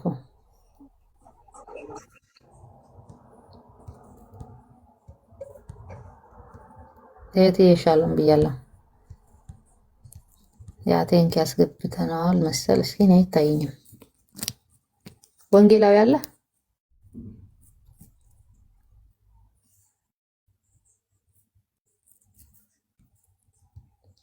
ዲያቆን መቀጠል ትችላለህ ወይ? ወዲ ሀራስ እስቲ ኦርቶዶክሶቹ ካሉ ቢገቡ ጥሩ ነበር። በዚህ አርስት ላይ ማለት የሚከራከሩ ወይም ደግሞ ማስረጃ ያላቸው ሰዎች ቢመጡ ጥሩ ነው። ብሩክ ተኝተዋል እንዴ? ብሩክ አለ እና እነሱ ቢመጡ ጥሩ ነው። እንግዲህ ታቦቱ አለ በኢትዮጵያ ብለው ስለሚያምኑት እነዚህ ሰዎች እንግዲህ በግምትም ይሁን በታሪክም ይሁን ወይም ደግሞ በጽሁፍ የሚያውቁ ካሉ ቅድም ማን ነበረ ዲበ ኩሉ እኔ እንኳን መተተ ኩሉ ነው የምለው ዲበ ኩሉ አለው። ዲበ ኩሉ ማለት ትርጉሙ ካወቃችሁ የሁሉም ራስ ማለት ነው። እና የሁሉም ራስ ሳይሆን የሁሉም ትህተ መታት ነው ያደረኩት እኔ እውቀት የለውም ዝም ብሎ ከመሳደብ በስተቀር እና ቢመጣ ጥሩ ነው። ሰውየው ግን አይመጣም። እዚህ ይፈራል። እዚህ ገብቶ ለመነጋገር ማስረጃ ወይም እውቀት ስለሌለው መጥቶ ሊከራከር አይችልም። ዝም ብለው ተረት ተረት ነው የሚናገሩት። እንደነዘበነ እንደነዚህ አይነት ሰዎች ክርክር ብቻ ነው። ዝም ብለው የሌለ ተረት ተረት ነው የሚያስተምሩት። እና ትክክለኛ ማስረጃ ካላቸው ይህን አለን ብለው ማሳየት የሚችሉ ሰዎች ካሉ ቢመጡ ጥሩ ነው። በእኛ በኩል ግን የኢትዮጵያ ኦርቶዶክስ ተዋሕዶ ቤተክርስቲያን የምታምንበት ከኢየሩሳሌም በቀዳማዊ አፄ ምኒልክ ወደ ኢትዮጵያ መጥተዋል ጽላቱ የሚሉትን ሰዎች እንግዲህ የውሸት ትርክት ነው ብለን ነው የምናስቀምጠው። የለም ማስረጃም የላቸውም፣ እውነትም የላቸውም። ምክንያቱም መጽሐፍ ቅዱስ ነው ትክክለኛ። መጽሐፍ ቅዱስ ደግሞ በኢየሩሳሌም እንደነበረች ነው የሚናገረው እና ኢትዮጵያ ውስጥ የለችም፣ አክሱም ውስጥ የለችም። የውሸት ትርክት ነው። ራሳቸው የቀረጹት ታቦት ነው እዛ ያለው ማለት ነው። የኢትዮጵያ ጽላት ብሎ የሚናገሩት እዛ ያለው እንዳይታዩም አንዱ እንትን ያደረጉት ለዛ ነው እንጂ ኢትዮጵያ ውስጥ ቢኖር እስራኤላውያን ተኝተው አያድሩም መቼም አንዲት ሌሊት። ምክንያቱም የራሳቸው ነው። የእኛ ንብረት የኢትዮጵያ ንብረት አይደለም፣ የእስራኤላውያን ንብረት ነው። የሙሴ ጽላት ነው እንግዲህ ለእስራኤላውያን ብቻ የተሰጠ ንብረት ስለሆነ እስራኤላውያን ይህንን ዝም ብለው በቀላሉ የሚያዩት አይደለም እንግዲህ ብዬ ነው የማስበው። እና ካላችሁ ነው እስኪ እንግዲህ የእስራኤል የሆነውን ሁሉ የኛ ነው እያሉ እንግዲህ ጨረሱት። ማርያምም የኛ ናት ይላሉ። የኢትዮጵያ ኦርቶዶክስ እኮ የኛ ሁሉም የኛ ነው የሚሉት። እንግዲህ እኛ ደግሞ የእስራኤል እንደሆነ ነው የምናውቀው። ማርያም ጨዋ፣ ጻድቅ፣ አስተዋይ እንደሆነች እና ያው የሁሉም እናት ናት የዓለም ማለት ነው። እንግዲህ ክርስቶስ የወለደችልን በዚህ እናከብራታለን፣ እንወዳታለን። ከዛ ያለፈ ግን ለኢትዮጵያ ኦርቶዶክስ የተለየች ማርያም ካለች እንግዲህ እኛ እናቅም። ያው ዘ ኩዊን ኦፍ ዘ ሄቨን የጠፈሯ ንግስት ነው የሚያመልኩት ብለን ነው የምናምነው ማለት ነው። እና አላችሁ እስቲ ነውና ግቡ የምትከራከሩ ሰዎች ካላችሁ፣ ኦርቶዶክሶቹ ካላችሁ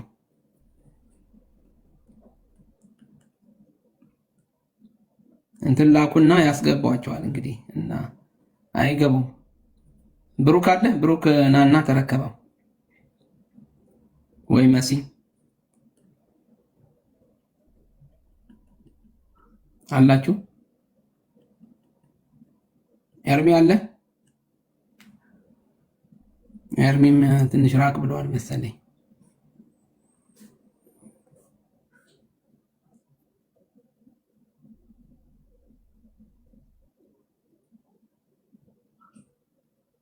ምን ነው ጸጥ አላችሁ ኦርቶዶክሶቹ? ከመሳደብ በስተቀር ሌላ መጣችሁ መነጋገር አትችሉ? በማስረጃ በመረጃ ምናምን መጣችሁ መነጋገር አትችሉ?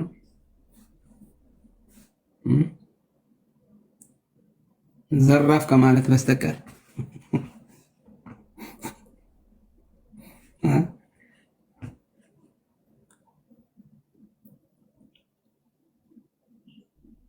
መልስ የለም። አዎ ጸጥ ብለዋል። መልስ የላቸውም። መልስ አላት ሲሉ ኦርቶዶክስ መልስ አላት ሲሉ እንግዲህ እኛም ጥያቄ አለን እያልን ነው። እንግዲህ እኛ ለጥያቄያችን መልስ መስጠት አለባችሁ። እንግዲህ እኛ ጥያቄ አለን፣ እናንተም መልስ አላችሁ። ኑና መልስ ስጡን። እንግዲህ ማን ነው ያ ዘሪሁን የሚሉት አንድ ሲከራከር የነበረው እነሱ ጋር ሄደህ ስትከራከር እኮ አይሰጡም እኮ በተለይ አውደ ምሕረታቸው ሄደ ስትናገር ማይኩን ይነጥቁሃል ለመናገር ስትፈልግ። እና እዚህ ግን እኛ እንግዲህ እንሰጣችኋለን ነው እና ተናገሩ። እንግዲህ ያላችሁን ሐሳብ ይዛችሁ የኢትዮጵያ ኦርቶዶክስ ቤተክርስቲያን የምታምነው እንዲህ ናት ብላችሁ ጽላቱ እንዴት እንደመጣ አምጣችሁ እዚህ ላይ እንግዲህ አሳዩን። እንግዲህ ይሄ የውሸት ትርክት ስለሆነ ማለት ነው። እና ከውሸት ትርክት ወጣችሁ ወደ ክርስቶስ ዘወር ብትሉ ለእናንተ መልካም ነው። እኛ ይህን ሁሉ የምንታገለው በተለይ ኤርሚ እዚህ ላይ አሁን የሚታገለው በኦርቶዶክስ ውሸት ተይዘው ያሉትን ሰዎች ወደ ክርስቶስ ዘወር እንዲሉ ወደ ክርስቶስ እንዲመጡ ነው ትግላችን። ያ ነው ኤርሚያስ አሁን እዚህ ላይ የሚያስጮኸው እንጂ የራሱን ኑሮ መኖር ይችላል። እዚህ ወጥቶ ደስ ብሎት አይደለም እዚህ እንትን የሚለው። ለእናንተ እውነቱን ሊነግራችሁ ክርስቶስ ያድናል፣ ወደ ክርስቶስ ዘወር በሉ። በአረጋዊውን መጋረጃ ተከልክላችሁ እንግዲህ ተይዛችሁ ወደ ሲኦል አትግቡ፣ ክርስቶስ ያድናል ነው ዋናው። የእኛ ታቦታችን ወይም ደግሞ የእኛ ጽላታችን በሰማይ ያለው ክርስቶስ ኢየሱስ ነው። በአዲስ ኪዳን ላይ በአሮጌውን አይደለም የምንኖረው። እንግዲህ አዲስ ካለ አሮጌውን ያው አልፈዋል ማለት ነው እና አዲስ ነገር ሆነዋል፣ ሁሉም አዲስ ሆነዋል ብሎ ክርስቶስ ራሱም ተናግሯል። ስለዚህ የእኛ ጽላታችን የእኛ ታቦታችን የሆነውን ሊቀ ካህናችን የዘላለም ሞትን አሸንፎ የተነሳውን የሚራራልን ሊቀ ካህን በሰማያት በአባቱ ቀኝ የተቀመጠው ክርስቶስ ኢየሱስ ነው። ስለዚህ ወደዚህ ኑና ወደዚህ ዘወር በሉ ነው እኛ የምንናገረው፣ ለዚህ ነው። ስለዚህ ሰዎች በተለይ ኦርቶዶክሶቹ ኑና ወደ ጌታ ወደ ኢየሱስ ክርስቶስ ዘወር በሉ፣ እሱ ነው የሚያድናችሁ። ጽላቱ እንጨቱ ምናምኑ የሚያድን አይደለም፣ አያድንም። ያን የሚያመለክተው ጽላቱ ለሙሴ የተሰጠውን ጽላት የሚያመለክተው ክርስቶስን ነበረ፣ ምሳሌ ነበር ያን ያስቀመጠው። ስለዚህ አሁን እውነተኛው የሆነውን ክርስቶስ መጥቶ ግን ለእኛ እንግዲህ በመስቀል ላይ ተሰቅሎ ሞተልን፣ ሞትን አሸንፎ ተነስቶ ከመቃብር ተነስቶ እንግዲህ ወደ ሰማይ እንዳረገ ሐዋርያትንም መስክረውልናል፣ ተናግረውልናል፣ ጽፈውልናል። መጽሐፍ ቅዱስ ይናገራልና ወደዚህ እውነተኛ የሆነውን ጌታ ኑና ዞር በሉ፣ ኑና ተቀበሉት፣ ህይወታችሁን አድኑ። ከዘላለም ሞት ወደ ዘላለም ህይወት የሚሸጋገረው በክርስቶስ በማመን ብቻ ነው። ለዚህ ነው ይህን ሁሉ እዚህ ላይ አሁን ቁጭ ብለን እኛ የምንናገረው። ክርስቲያኑ እዚህ ቆሞ አሁን የሚያወራው ለዚህ ነው። እነ ኤርምም የሚናገሩ እነ ብሩክም ሁላችንም እዚህ ያለ ነው የምናወራው ማለት ነው። እና ወደዚህ ነው ለማለት ነው። እሱን ነው የሚያድናችሁ።